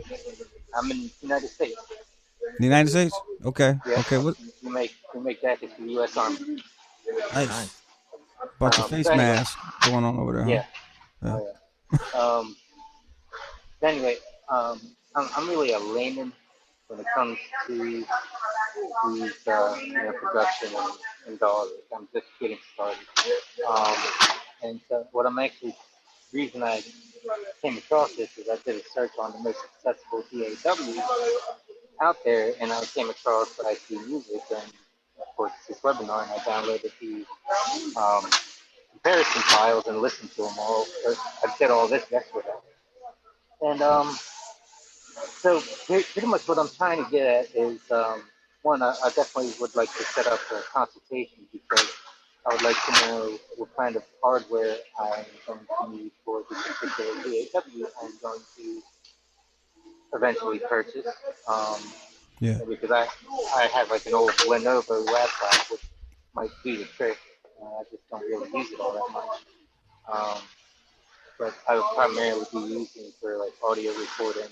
I did, however, just buy a jammy guitar, if you guys are familiar with that. It's can be used as a MIDI controller as well. So I would probably be experimenting with that as well. But so I mean, the main thing is like the type of hardware that I would like. What kind of laptop or computer would be preferable for this? Should I just get like the largest size I can get, or just kind of stay in below a certain budget? This would be sort of a hobbyist with hopefully room to grow into something more substantial. And I can ask other questions later through email or whatever. But that was my primary question. Okay. Thank you. All right, man. Thank you. Yeah, I'll let any of the guys. Field that. So if you're buying a laptop for this stuff, just to get started, I'd say get yourself something with as much RAM as you can afford and an SSD, a solid state drive. I mean, it's always going to be a little bit of a gamble with off-the-shelf laptops as to how it will perform as a workstation for music. But if you can pick up something with, I don't know, 8 or 16 gig of RAM, a decent capacity, decent speed, solid state drive, most of them, well, no, all of them, I would say, or all of the off-the-shelf systems will do enough to get you started, and you'll get, a couple of years usage out of it until you get sort of more familiar and more productive, at which point you might want to start thinking about making some tweaks or upgrading to a purpose-built workstation. I would say, I wouldn't do anything less than a 16 gig machine, simply because it sort of depends on what you're doing. If you're going to be doing stuff with a lot of sample libraries, then yeah, 16 gig of RAM is probably a bare minimum. If you're primarily audio, you can comfortably get away with 8 gig. Yeah, but the reason I say what I say is because I come from a place once again where I don't want to be painted into a corner, because it has been at least 90% of the time people say, "Oh, that's what I want to do," and then the next year they're inspired to do something a little bit more intense. And I just highly recommend at least 16 gigs out of any machine. Yeah, it's going to be cheaper for you in the long run, I think. And especially if you're jumping into this thing and you're serious about it, you also got to look at that too as well. But yeah, so I'm gonna lay this out there. The IC Music email address is ISEEMUSICLLC@gmail.com, and that's ICMusicLLC@gmail.com. And Keenan, you could just, of course, obviously, just hit me up on that, and we'll discuss. Like. I'm here. John, you're next. Can, you're up after John. So John, you're unmuted, or at least I just asked you to. I hope this ain't the Packers, John. Okay, can you guys hear me? Yes. Yes. All right. Byron. How about them Bears? Duh, Bears. Oh, man. How you doing, John? How you feeling, baby? Man, good. Good to hear your voice. Yeah, you too. Yeah. So did you make it to Michigan in October or August or September? Absolutely not. Absolutely not. Okay. Yeah. No, it was Florida. It was supposed to be Florida. Oh, okay. Yeah. Florida, North Carolina, and Massachusetts. Well, I meant for recording that outside audio, nature. Oh, no, that's down in Florida. Yeah. Oh, okay. For sure. Yeah. No. Okay. Anyway, my comment, and this is a great webinar, you guys. This is really wonderful. My comment, kind of with Steve Spamer, I started out in Windows. Oh, this is back in 99. I was using Windows 98 at that time. I started off with Cakewalk. And at that time, it was, I think 12 Tone Systems was the actual company, I believe. So then, because of hardware and, I couldn't support Sonar anymore, or Cakewalk, I went to the Mac, and I just did an audiobook, record audiobook for a friend of mine, and it was released on audible.com.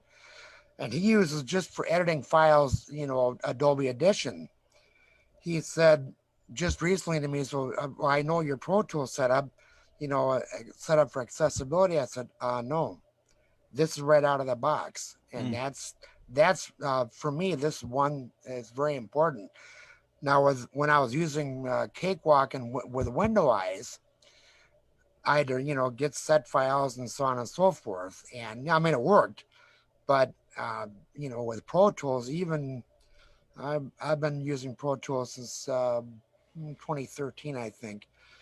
Just even out of the box, it was working great. So I just thought that was interesting because he heard voiceover. Oh, you must have a setup, special. No, I didn't. So that's my comment.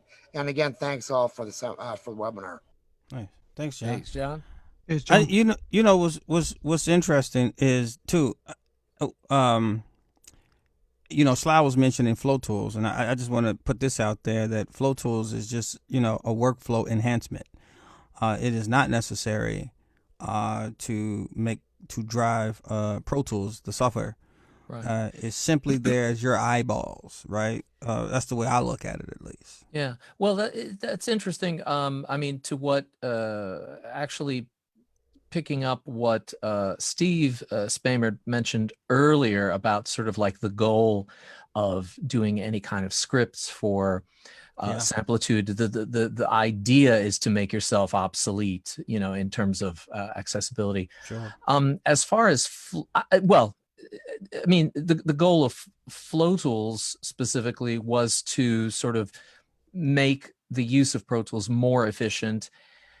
And I think that with any workstation, whatever the degree of accessibility, meaning, let's say, if all of the UI elements are visible to like a native, or NVDA or JAWS or narrator, whatever, even if you made every single widget, every single icon, every single element visible to a screen reader, there is still the question of, okay, where am I in the session? Where am I on the timeline? There's a counter in every workstation. However, that counter doesn't automatically speak, well, except in Logic, and that drives me crazy. But no. But like, if you just simply want to know where you are, or, query it in that way, there's always going to be room for some type of adaptive technology, some type of solution to help you as a user to read a level meter. You can't just simply go to each level meter in each track, however you get to it. It's grossly inefficient. And I think there will always be room for that. Fortunately, with Flow Tools, it's a free solution. Right now, fortunately, with any DAW, it's pretty much a free solution. But I think there will always be the need for that. Purely, I agree. I was just going to say, we've got such specific needs as visually impaired users that, to, like you said, know where we are, what window we're in, querying certain bits of information. Like, I had a very interesting, conversation with a user maybe about a month ago who, big Pro Tools user as well, who also uses Samplitude. And he was saying that in Pro Tools, like, for example, you select objects and stuff, and certain things are not spoken. And he's an advocate of not having things spoken.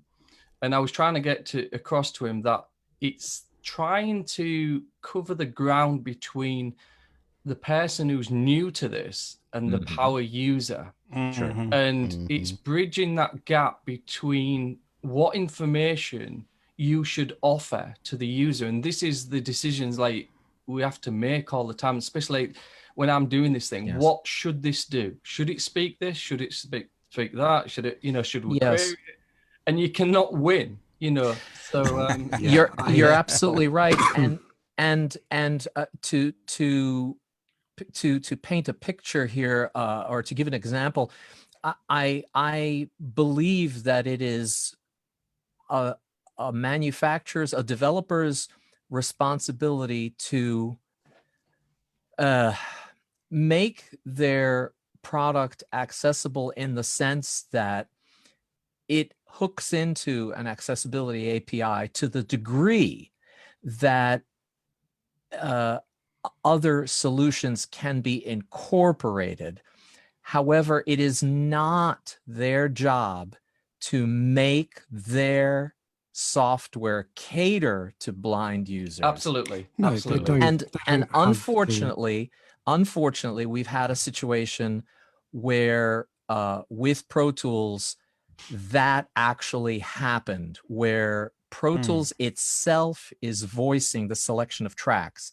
And that sounded like a good idea to a couple of people. And they implemented that, and it's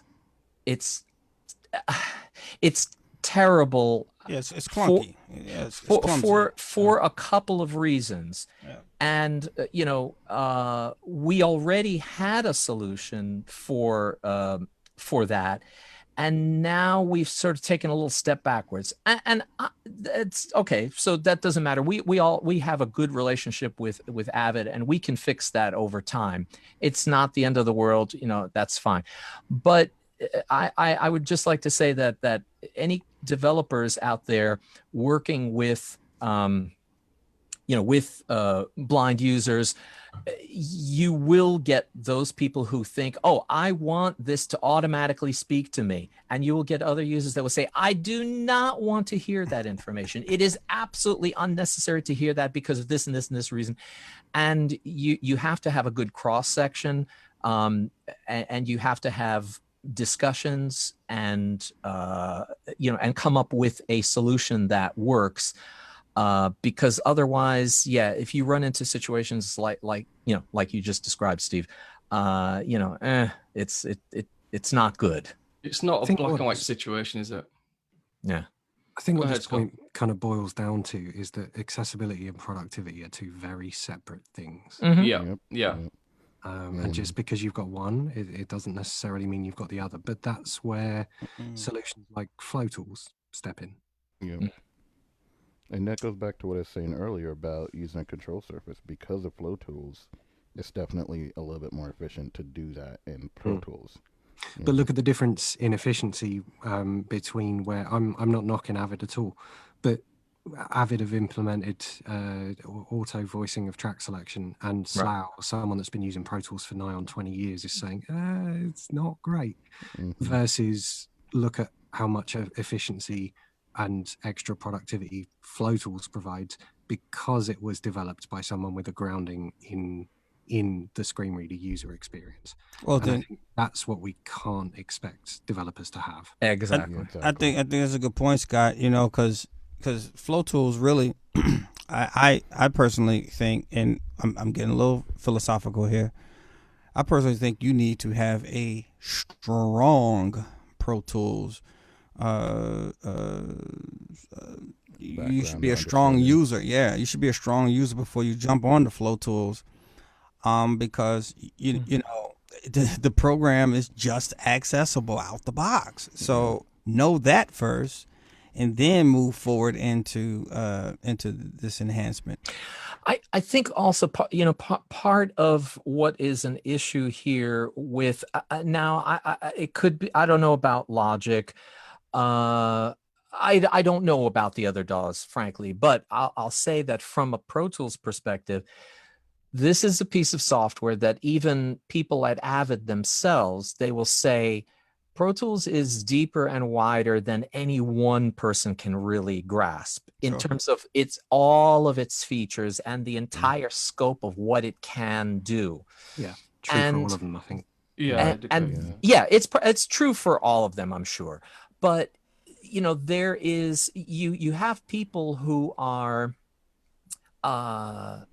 let's say that they haven't been trained, like they haven't gone to some type of audio program or something like that. They're just learning on their own, and they get their hands on some software like I don't know, Reaper or whatever it is. I'm just speaking about Pro Tools now. They get into it and they go, they just have no concept what they're doing, and they'll ask a question like, how do you edit in Pro Tools? And it is impossible. So that brings me to this point, Slough. How many of you guys have read your manuals in for your DAWs? So I keep meaning to, and I never get around. But here's the funny thing: when I first started this, I literally just cracked open the Sonar manual and started reading, and that's pretty much how I learned to record. Yeah. See, I've never done that. I sort of, I don't know. I think I learn by, I suppose probably the most accurate description for it would be watching other people and nicking their stuff. Yeah, I think that's the best way. Yeah, I've learned that way more and more over the years. Like I've not read the Logic or Reaper manual cover to cover, or Pro Tools cover to cover, but I have cracked them open and read them, looking up how to do specific stuff when I got stuck. So. Yeah, and well, these days, you know, so many people just Google stuff, watch a YouTube video, and even if you can't see what's going on, you know, some videos are better than others, but some of the sometimes they talk you through, like, this is how you do it, this is how you do it, and you know, and that's fine, that's fine. But the point is, what I'm trying to say is that, you know, these things, they have so many advanced features that it is difficult to sort of soak it all in. You cannot just dive into it and just expect that it's going to be smooth sailing in any workstation, because if you have not used it, you know, I suppose there are a few tutorials out there, right? You know, Scott, didn't you recently, you know, I mean, no, you've done some stuff in the past. Steve Spamer, is there something on the Samplitude side in terms of audio tutorials? Yeah, we've got tutorials for yeah, for Reaper and stuff like that. Logic, I know that some people have done things here and there. And Steve's doing Logic.band as well. Right. I think so. I think one of the biggest problems from any user, and whether it's specific to visually impaired people or not, I'm not sure, is that it's understanding the result of an action. You know, people think they can just press a keystroke and it kind of does this magic thing, and you know, it doesn't. But if you're working with the DAWs, you have to know the consequences of an action, and then that's what you can't. It's really difficult to teach that. You can teach them to do a black and white action, but it's that scenario, because there can be so many situations where you can do something, and I think that is the biggest learning curve for anybody. It's knowing that. So I think there's two separate learning curves that happen simultaneously when someone dives into this stuff. There's the software learning curve, and then there's the recording learning curve. And most of the time now, the software learning curve is the shallower of the two, I would say. I think the thing that people miss is that recording is difficult, man. To do it well, it's really hard. As we all know. And I'm not saying this to be discouraging to anybody. Like, if you want to get into this, absolutely, go for your life, get into it. But go into it expecting there to be a journey. Go into it expecting that the stuff that you do on day one, on week one, on month one, probably isn't going to rock your world. Because recording, even when you remove software, even when you remove accessibility, recording music isn't easy. Right. Would you agree that the production side is transferable to other DAWs once you learn the recording side? Yeah, definitely. Definitely. Sure. What do you say, Likey? Yes, we're at 14 to the hour, and we still have some questions left. Okay, let's get to one. Bear that in mind. Ken has been very patient. Thank you for your patience, sir. Sorry, Ken. Or Miss, I'm not sure, but Ken, you are up, and I just asked you to unmute, so please unmute yourself. Of course. Can you hear me now? Hey, Ken. How you doing? Okay. Hello to everyone, and glad to be here. Hey, man. Hi, Jean. So how are you, Steve? How's it going? Yeah, fine, thank you. This is just to say, Jean is our installer. He built the installer for us for Samplitude. Thank you. Okay. Man. No problem. So before we start, I really would like to say thank you to, to all of you who are joining this session, as a host, because it is really proud to, found four DAW guru in the same space, Sure. Welcome, man. So yeah, I'm one of the maybe lucky user, because while I worked at Apple, I have been certified for Logic.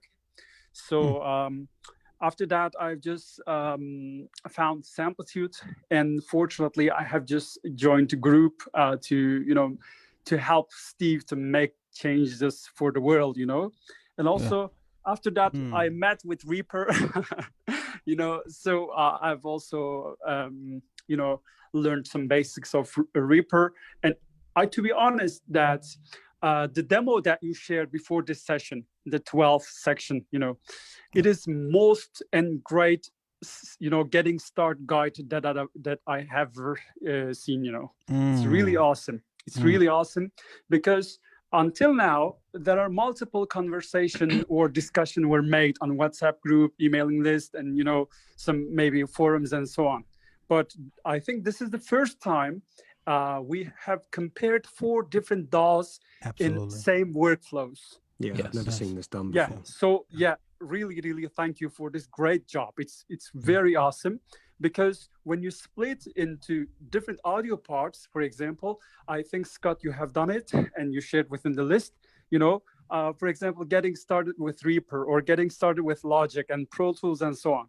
So these are basic tasks and, user can find and, listen this to like a tutorial with no charge, For sure. Right. Yeah. For sure. That makes sense. It is really, happy to, join the session and would like to say thank you again. And I just want to say it again, every time when you need anything for development, as a developer, I would like to help every time, to creating installers, to make some changes for API documentations and so on. Yeah, I can do. So I can also sponsor with my company to host all of the data, for example, open source data or audio files or websites for the community. Currently, Steve, you are using one of my projects, I think. Yeah, Steve using, for example, the Dropbox project that I have created. He's just using. So, So when you need anything, please reach me out, and I'd be more than happy to help. Well, Reaper accessibility went down again the other night, man. So I might be in touch with you soon about hosting a few days ago, but you didn't reply. I think you're busy, so you're busy. I think. So I'm every time here to and also I need your comments because unfortunately we have an earthquake for today for 6.8. Oh man, I'm sorry. You in Turkey? Yeah, sure. Wow. Stay safe, dude. For 6.8. That's not fun. I'm gonna disable your talking, so I'm sorry. All right. Stay safe, Sean. Thanks. Yeah, please do. Like, what we got? Jamal, you're next, and I asked you to unmute. Thanks for your patience. Jamal. G'day, guys. How are we? Jamal. Hey, Jamal, we got you. Hi. Yeah, how you doing? I'm very well, thank you. This whole seminar has been fantastic. I'm from Australia, so it's early in the morning. I got to keep it down. You from Australia, really? Yeah. Oh, okay, all right. Yeah, you don't sound like Garth. So everybody sounds like Garth to me in Australia. Sorry. Yeah, no, I do my best. Man, I kind of got a couple of questions, but I guess I'll start out by saying, what's up to Slough? I'd like to, I guess, kind of thanks Slough for doing a podcast way back when called Sessions with Slough, which I don't even think it's on the internet anymore. I mean, it's still in the podcast thing, but I am, and I've been threatening for years to pick it up again. I will. I definitely will. That was the best. I loved listening to that when I was in high school. That kind of made me go, I could do it. I could do an audio diploma. So yeah, I really appreciate you doing that. That was an awesome podcast. Thank you. Would you ever consider doing something like a live stream on Twitch, kind of like how Kenny Beats and like Disclosure and like a lot of electronic artists have kind of got into absolutely it. Not. No. No, I'm joking. I mean, yeah, I haven't. I mean, look, the thought has crossed my mind. The thing is, to me, I guess I always think that whenever I'm working and doing stuff in the studio, nobody in their right mind would ever want to sit in on that. You know what I mean? That's not true. I know Says that's the not person that true did a because podcast about this. You would have great insight as somebody with a with a vision impairment, or you're legally blind. Like it would be awesome. Well, no, I mean work. at this point, I really have no useful vision. But the point is that it's something that I probably would do. It's just that to me, I look at like my day-to-day sort of work can change so dramatically from one day to another. I could have a quartet in here playing live one day, and then another day I'm like editing breaths out of a voiceover or something. You know what I mean? It's like and that's so tedious, and one may be fascinating to one person and not the other, and vice versa. So like to me, I always think, would that be interesting? I don't know, maybe not. and then you introduce that idea of like, okay, let's say I do have a trio or quartet in here and I'm recording, I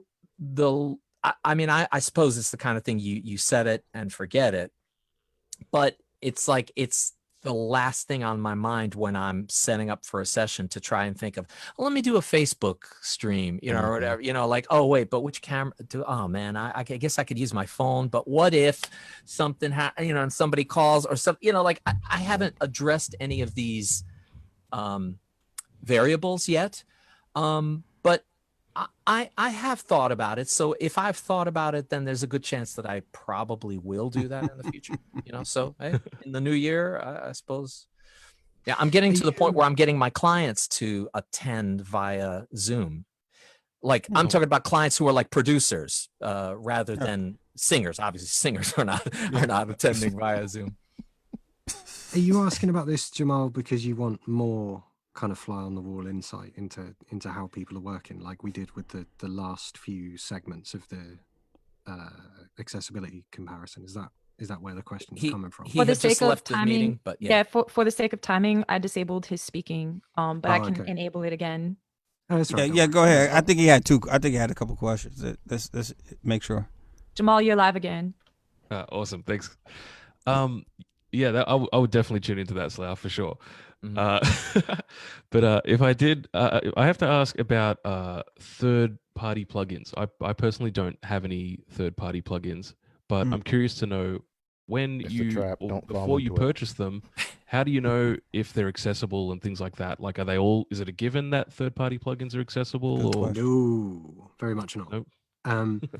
So I guess the thing to look out for is try and figure out, either by looking at the blurb on the website, sometimes they mention it, or shoot a developer an email and try and find out how much of that plugin interface is going to be usable via DAW automation, which I think I'm right in saying is the primary method of tapping into third-party plugins.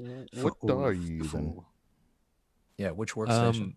I'm on Pro Tools at the moment, and I'm trying to give Logic a bit of a go. So I'm kind of in between those two. The reason I ask is because Logic and Reaper on the Mac, I can't speak to Windows, but Logic and Reaper on the Mac basically have a generic UI view. So providing that there's enough of the parameters are automatable, they're all going to show up there. They're all going to be usable.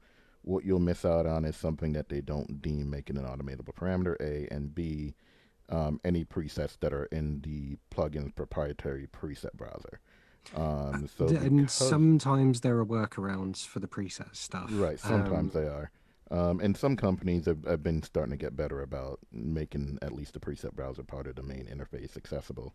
But the advantage you do have with Logic and Reaper on the Mac side of things anyways, you can switch over to what's called Controls View in Logic and generic UI view on Reaper, and with VoiceOver go through all those automatable parameters without an issue. So obviously there's certain things like tuning plugins is one of the tricky ones that may not be very accessible, because a lot of that won't be stuff that will be automatable, because that's something you're going to be fixing. Not really anymore, man. There's plenty of good options for tuning. No, I'm not saying there aren't, but I'm saying like something, that's an idea, a place where you might run into it. Yes, auto-tune's accessible, and there's a couple other usable tuning plugins out there for sure.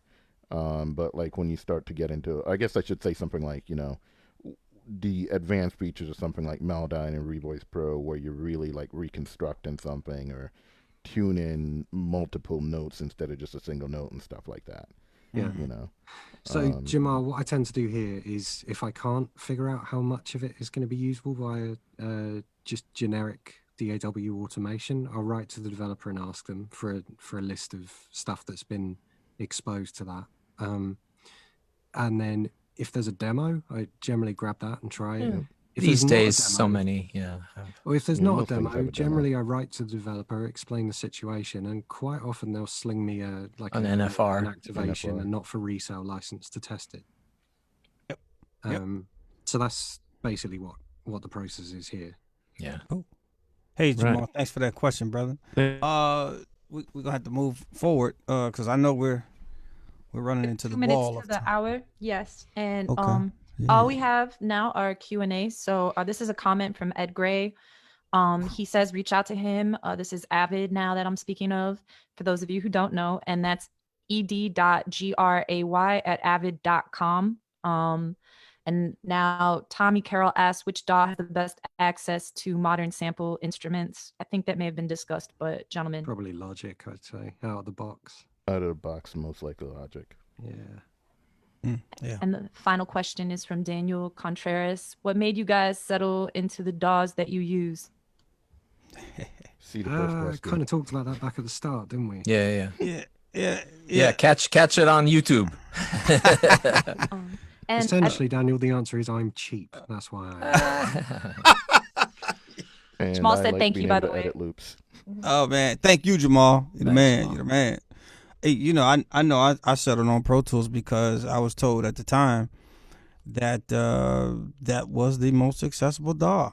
You know, back in 2012, I think it was.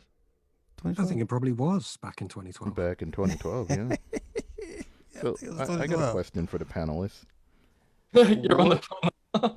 What would you say is one unique feature about your DAW choice? Good question.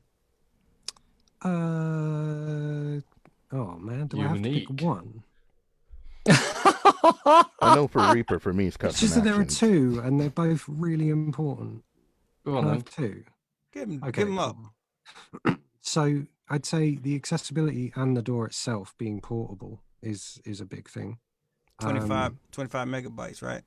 Yeah, it's crazy small. I remember when it was free. And can come with you, like if you need to record on somebody else's computer or whatever. And the customizability is another one for Reaper. I think, like, if you don't like the way it does something, you can most likely change. You can tweak the living daylights out of absolutely everything.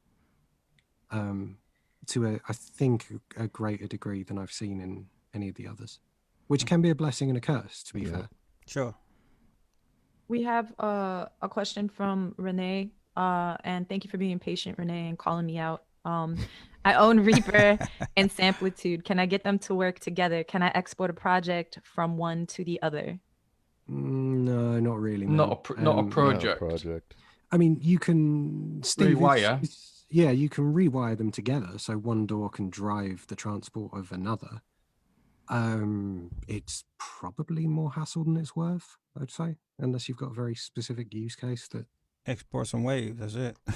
Yeah. I know there are a lot of users of both those DAWs that kind of use one for certain things and the other for other things. And I think that's what we've kind of highlighted here is that, you know, different DAWs can offer different strengths or different, you know, the way that you use them, you just kind of feel better in one doing certain tasks and stuff like that. So I don't think you can get away from the fact that you can use both of them together, but you're probably just going to have to export and import stuff and stuff like that. You can't just open a project. Saying that, Reaper does some crazy stuff. You know, I'm sure there's some clever soul who can transfer a Samplitude or even a Logic project into Reaper. It wouldn't surprise me. There is a thing called AA Translator that I think supports all four of these DAWs and is meant to be pretty good about translating projects from one to the other. But so far as I know, it's not accessible. I think the easiest thing to do is just do waves. If it supports broadcast waves, because then the timestamp will be readable by whatever DOS imported. Yep. Indeed. Dominic Stansberry. Also, this is from Facebook. Thanks, by the way, for typing this. Also, remember you can use Rewire with the DAWs of choice to use them at the same time if you wish to record in Reaper and make tracks in Logic. For me, the auto sampler in Logic. And that was a comment. Okay. Yeah, good point. Good point.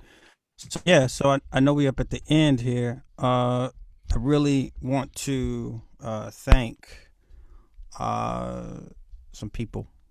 First of all, the panelists for such an amazing job on the presentation, as well as the knowledge sharing today, as well as the product manufacturers who are caring even enough to make their products available to the blind community. I know it's a weird journey, but I know at the same time it's very rewarding too as well, and that's not just a financial thing. Also, man, thank you, Aliki, for doing everything that you do with the webinar. Oh, please check into the follow-up if you haven't, for the mail list. Absolutely. And then, a special shout out and thanks to one of my buddies, Mr. Slough Halliton.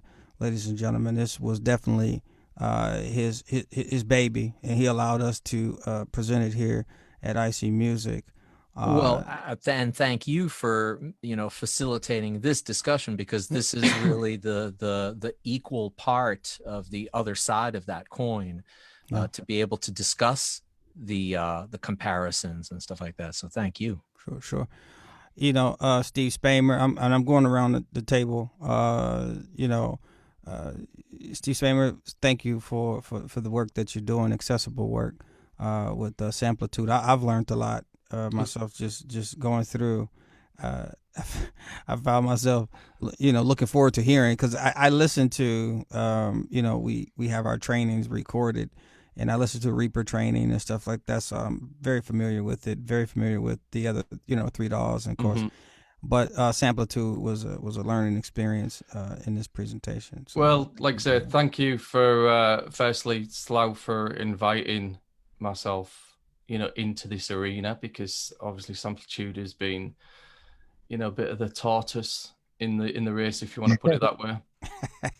So I'm a little bit of in awe in the same space as you guys, but it's all about bringing these things to people's ears and just showing what's available and stuff like that. But yeah, it's been a pleasure, and thanks very much. Can I just take the opportunity, because something did pop up earlier on that when I give a shout out to some people.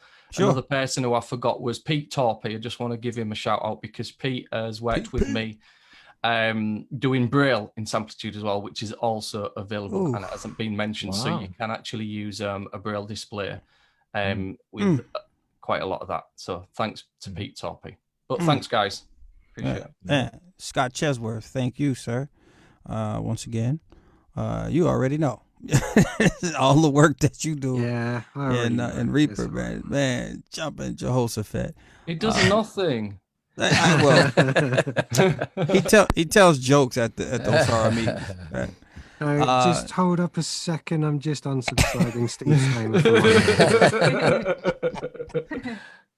Stephen Martin, man, thank you, sir, for the Logic.band, everything, the work that you're doing. All these guys, I just want to say, these guys are all beta testers for these pieces of software, so they know what's happening under the hood. Check them out. I don't know if you got anything that you want to put out there as far as where you are, what you're doing, and some cool things that's going to be happening in these DAWs and the up and coming. Well, I'll go first then, just for Samplitude. Obviously samplitudeaccess.org.uk is the website, but I think we're at a point in the development with Samplitude where there's some very exciting things on the horizon. I've always said to the users of Samplitude that it's been a journey and, a very bumpy ride. But, that journey is hopefully going to get a whole lot better as well. So there's some exciting things to look forward, I believe. And, so it's been on that ride type of thing. So that's my point. Nice. Just to clarify something, I'm not affiliated with Apple in any way, shape, or form. Hopefully that will change in the future, but as it stands, I'm not. So I can't say anything about anything that's coming down the pipeline for Logic, other than nobody can. Nobody can. Exactly. But I'm definitely looking forward to using an Apple Silicon. I'll say that much. Right. Yes. Okay. Yes. Stuff that's coming down the pipe. We are, I guess, the active thing that Asara is working on under the hood that I'm excited about is better spoken feedback from control surfaces. There's not really an ETA on it at the minute, but I took an early sort of proof of concept prototype for a spin the other night, and it ruled. So excited about that. In terms of Reaper resources, reaperaccessibility.com is probably a good place to start. You can kind of get hooked up with all of the aspects of the community from there. The community is really good, very welcoming, very supportive. And my email, if you want it, is scottchesworth@gmail.com. Hit me up. We'll have a chat. Nice. Slow. Yeah, man. Well, look on the Pro Tools front. I mean, it's steady sailing. We have not had any sort of improvements in terms of accessibility in the last 8 months or something like that. It's been kind of status quo, but there are some accessibility fixes coming down the pike. In the, I wouldn't say the next version, but the one after that. But so in the new year, we'll have something to look forward to. Rumors have it that another sort of Pro Tools with speech tutorial is going to be coming out. I know nothing. I'm not affiliated with it in any way, but it's a good thing that that Matt Deemert, who did the Pro Tools with speech some years ago, and it's been long out of date now, is apparently, allegedly, rumor has it, coming out with a new one. So that's a good thing. Nice. And so, yeah. Cool. Hey, I want to also put my shout outs to Mr. Ed Gray. Thanks, Ed, for showing up. It's a big time guy. At Avid, just in the world in general of accessibility. So yeah, thank you, Likey. Thank you, everybody. Hey, we out of here. That's it. Thank you, guys. I'm turning this Scarlet off. I'm unplugging.